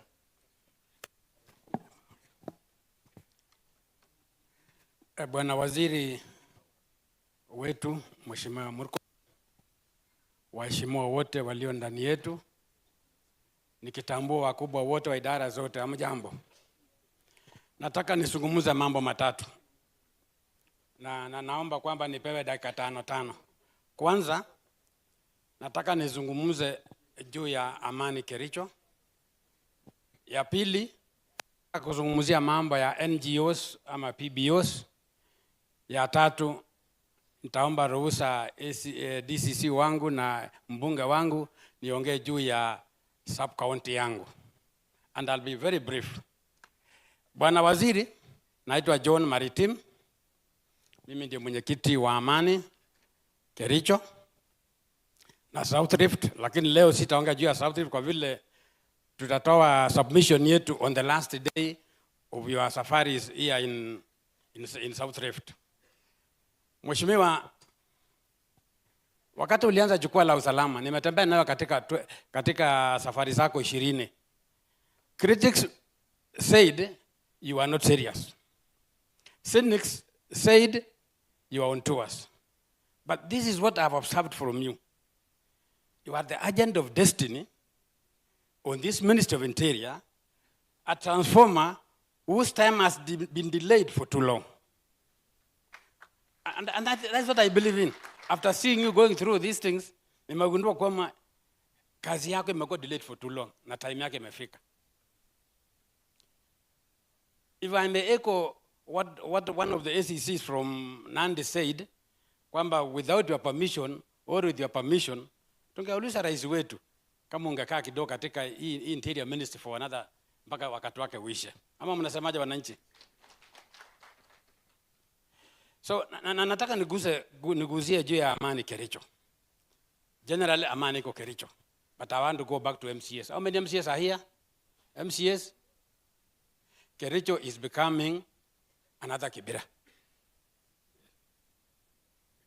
Kioski kila mahali. You know what to do. Nataka nienda kwa wabunge wetu. Wabunge amjambo? Wabunge amjambo muko? I want you to hunger the duties and responsibility of these gentlemen, chiefs and ACCs katika sheria. Wakati chief actually tolewa, you know what happened. Ningeomba kwamba mchukue jukumu, let it be anchored in the law. From there sitaki kugusa, mnajua. Waziri, nimefanya kazi ya peace for the last 20 years. Na tumefanya kazi na non-governmental organizations mingi. Katika observation yetu, most of these non-governmental organizations ambayo saa hizi ilipinduliwa ikaitwa public benefits organizations, I can compare them to mortuary attendants. Mortuary attendant akikwambia kazi yake ni mbaya, anamaanisha nini? Ama hakuna kazi? Anamaanisha nini? Anamaanisha amujakufa, si ndio? Ili kazi ipatikane kwa mortuary attendant, anataka mfanya nini? Anataka vifo mingi, si ndio? Ndio apate kazi. Ndivyo ilivyo non-governmental organization. Without chaos and problems, they will not get funding. So these people, najua nitapigwa, but these people wanapenda mahali kuna shida ndio wawe funded. Hakuna siku nimetembea katika hii mikutano mingi, sijawahi kuona NGO yoyote. Nashukuru kwamba act ya 2013 imegeuza hiyo jina. Na naona imewekwa kwamba itakuwa katika idara yako. Ningeomba pia hii peace issues zote zikuje ofisi yako. Mambo ikiharibika tunasema police. Mambo ikiharibika DC yako wapi? Can all these things be centralized in one office? Ili tu answerable. Most of these NGOs, waziri, are not answerable to anybody. Wako tu. Mwisho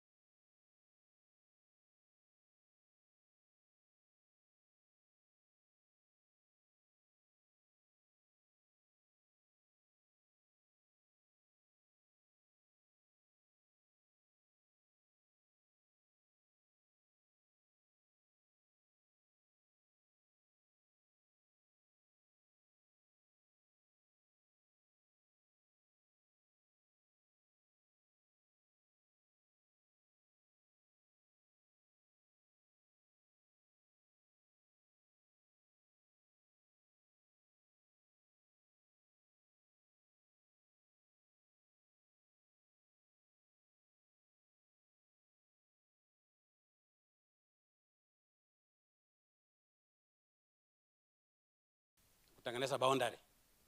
Ingawa shida ya boundary hakuna, lakini kwa wanasiasa iko. Ningetaka niombe kwamba waziri IG ako hapa, bunge wetu wako hapa, let this thing be managed. Tulipanga tukaendelea, naona mheshimiwa gavana ameenda. Tulipanga hii mikutano na wazee, mwisho tukawa hijacked kwa sababu we are being ruled from, is it ruled? We are being planned from Nyanza. Coordinator wetu kutoka wa NCIC ako Kisumu na mmoja ako Rift Valley. Huyu ako Nakuru, mwenye ako Nakuru ako mbali. Tungetaka pia akuje take over the responsibility hapa. Ili tuende kwa negotiation table tukiwa Kericho team, waheshimiwa nataka mchukue nafasi.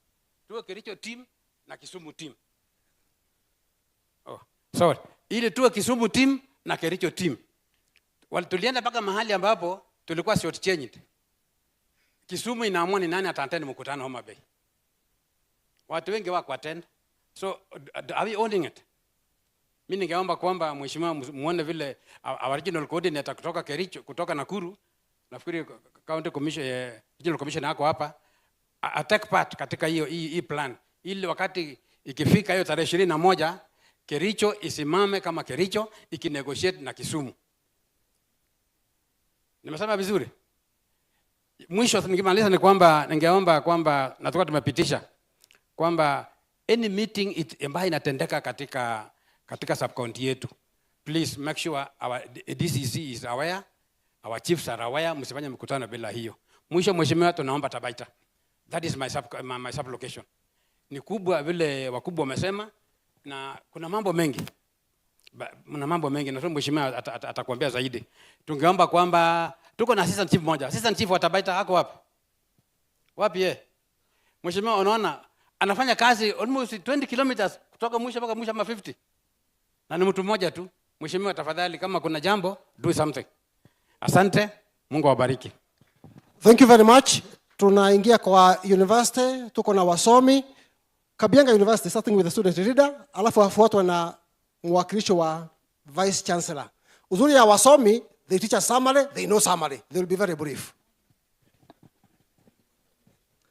Thank you so much, Waziri. All the protocols observed. Allow me greet you, each and every one of you, that good afternoon. Good afternoon once again. Wananchi amjambo. Basi kwa majina naitwa Alan Kipkoech. I am from the university that is called the University of Kabianga. A only university that is led by a member of parliament that is called Sonko. Where else have you ever had a county or a constituency headed by a member of parliament called Sonko? Anyway, nonetheless, I am here to represent the comrades' interests, and I'll go directly to the point. And before I do so, allow me say thank you to the Honorable His Excellency William Samoei Ruto for remembering us when it comes to academic matters. I know the scholarship part of it was released recently. We wish to say thank you for that. Nonetheless, we wish to say, Mheshimiwa Waziri, we are the student leaders from here. We never participated in any mandamano. Nevertheless, the tissue here cost 300, but we never came to go to the streets. Reason why we encourage dialogue and we participate when it comes to dialogue and we say peace and peace alone. Allow me now champion to the matters of the comrade interests. And as I champion to the comrade interests, allow me touch on the matters to do with the patrols. We say that we are requesting that Mheshimiwa, around there at Kabianga, we don't have patrols officers who are going around there. Remember that I lead 11,000 students, more than a ward. How about if we don't have patrols who are moving around? Are 11,000 students safe? Of course, no. Another incident, there we don't have street lights. We have some, but some are not functioning. So we are not, our girls are not saved. Wasichana wetu wataweza kuchukuliwa na hawa baba. Ikiwa watawekewa street lights, they might be tampered by wababa and we will not have the next generation. Nonetheless, as I wind up, we have currently an incident that is occurring there at Kapkatet campus. We lost one of us, a comrade, and we say comrade is never lost, erased. We lost one due to road accident. Reason being, we do not have the street lights there. I wish to call the member of parliament from that constituency, kindly act when it comes to that.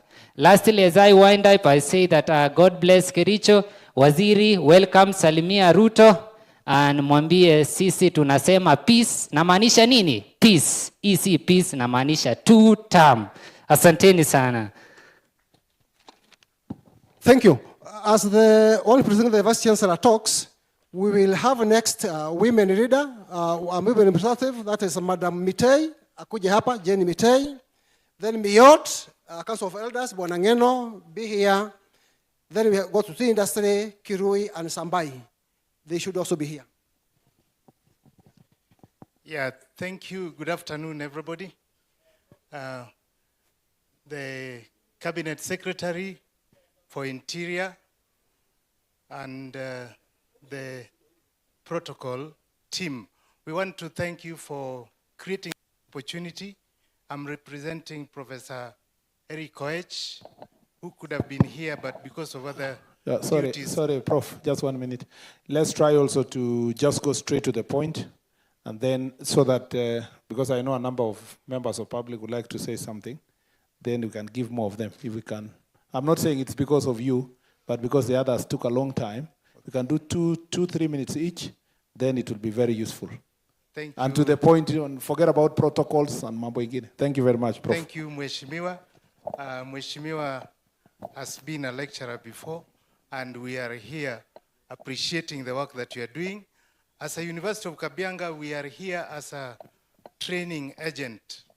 When we are talking about peace, Jukwaa, la Usalama, then you must have a training agent, and that is the role that University of Kabianga is doing in this greater Rift Valley. Now, in March, we launched a course, a short course on justice, peace, and conflict resolution, and we have been training a number of people. We have partnered with some of the DCCs, ACCs in Kericho, Nyamira, Kisumu, and Homa Bay County when they came for the launch. And we are urging the ministry that for peace, for conflict resolution to be permanent, then you need to encourage that this great team of officers be trained. And I can assure you on behalf of the government of Kabianga that University of Kabianga is here so that we can train the middle level cadre, the low level, the community, and even the strategic team. I will not talk beyond that. I have some flyers which the Vice Chancellor said I share with you. Thank you. Women, Jane, karibu.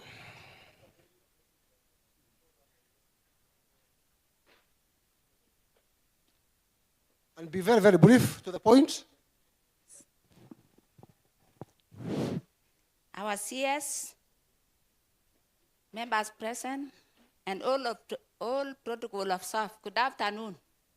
Good afternoon again. I'm Jenny Mite from Chilchila Division, Ipkelian Sub-County. Ilena Mayanguti.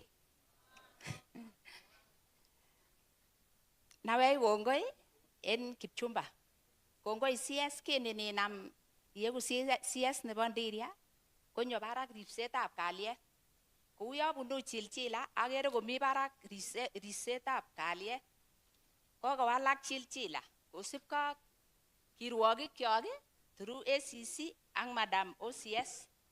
Kongoi en ripset nekikotoretech icheket. Kikoyoiywei nemie. Akot maiywek raini ko kikobosok en kokwotinwek kyok. Kikowek lagok kyok konyokoyai boisiet en gaa. Akot raini komi barak ripsetab kalyet en Fortana Market. Ko alen kongoi CS ngot komi madaraka onges Gochindewech Madam OCS ngamun kingoit Fortana konyokosabisan ak Fortana akot boisiek raini kokosip koit gaa konyokwomis kokole lagok kikaba ano baba lemi ra gaa ko alen kongoi kabisa kongoi. Thank you.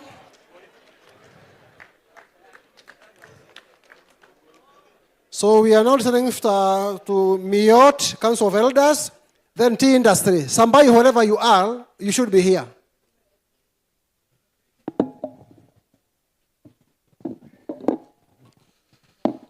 Mgeni wetu wa heshima siku ya leo, and nataka niseme karibu. Mimi naitwa Richard Ramngeno, mwenyekiti wa Kipsigis Council of Elders. Kwa niaba ya wazee wote wa jamii hii tunakubariki na tunasema karibu. Jambo la pili ambao sisi kama wazee tumeangalia katika nchi ya Wakipsigis na Kenya nzima, tunataka ihimiza uzalendo. Wakenya wamesahau nchi hii ni yao. Patriotism tunataka iwe mbele.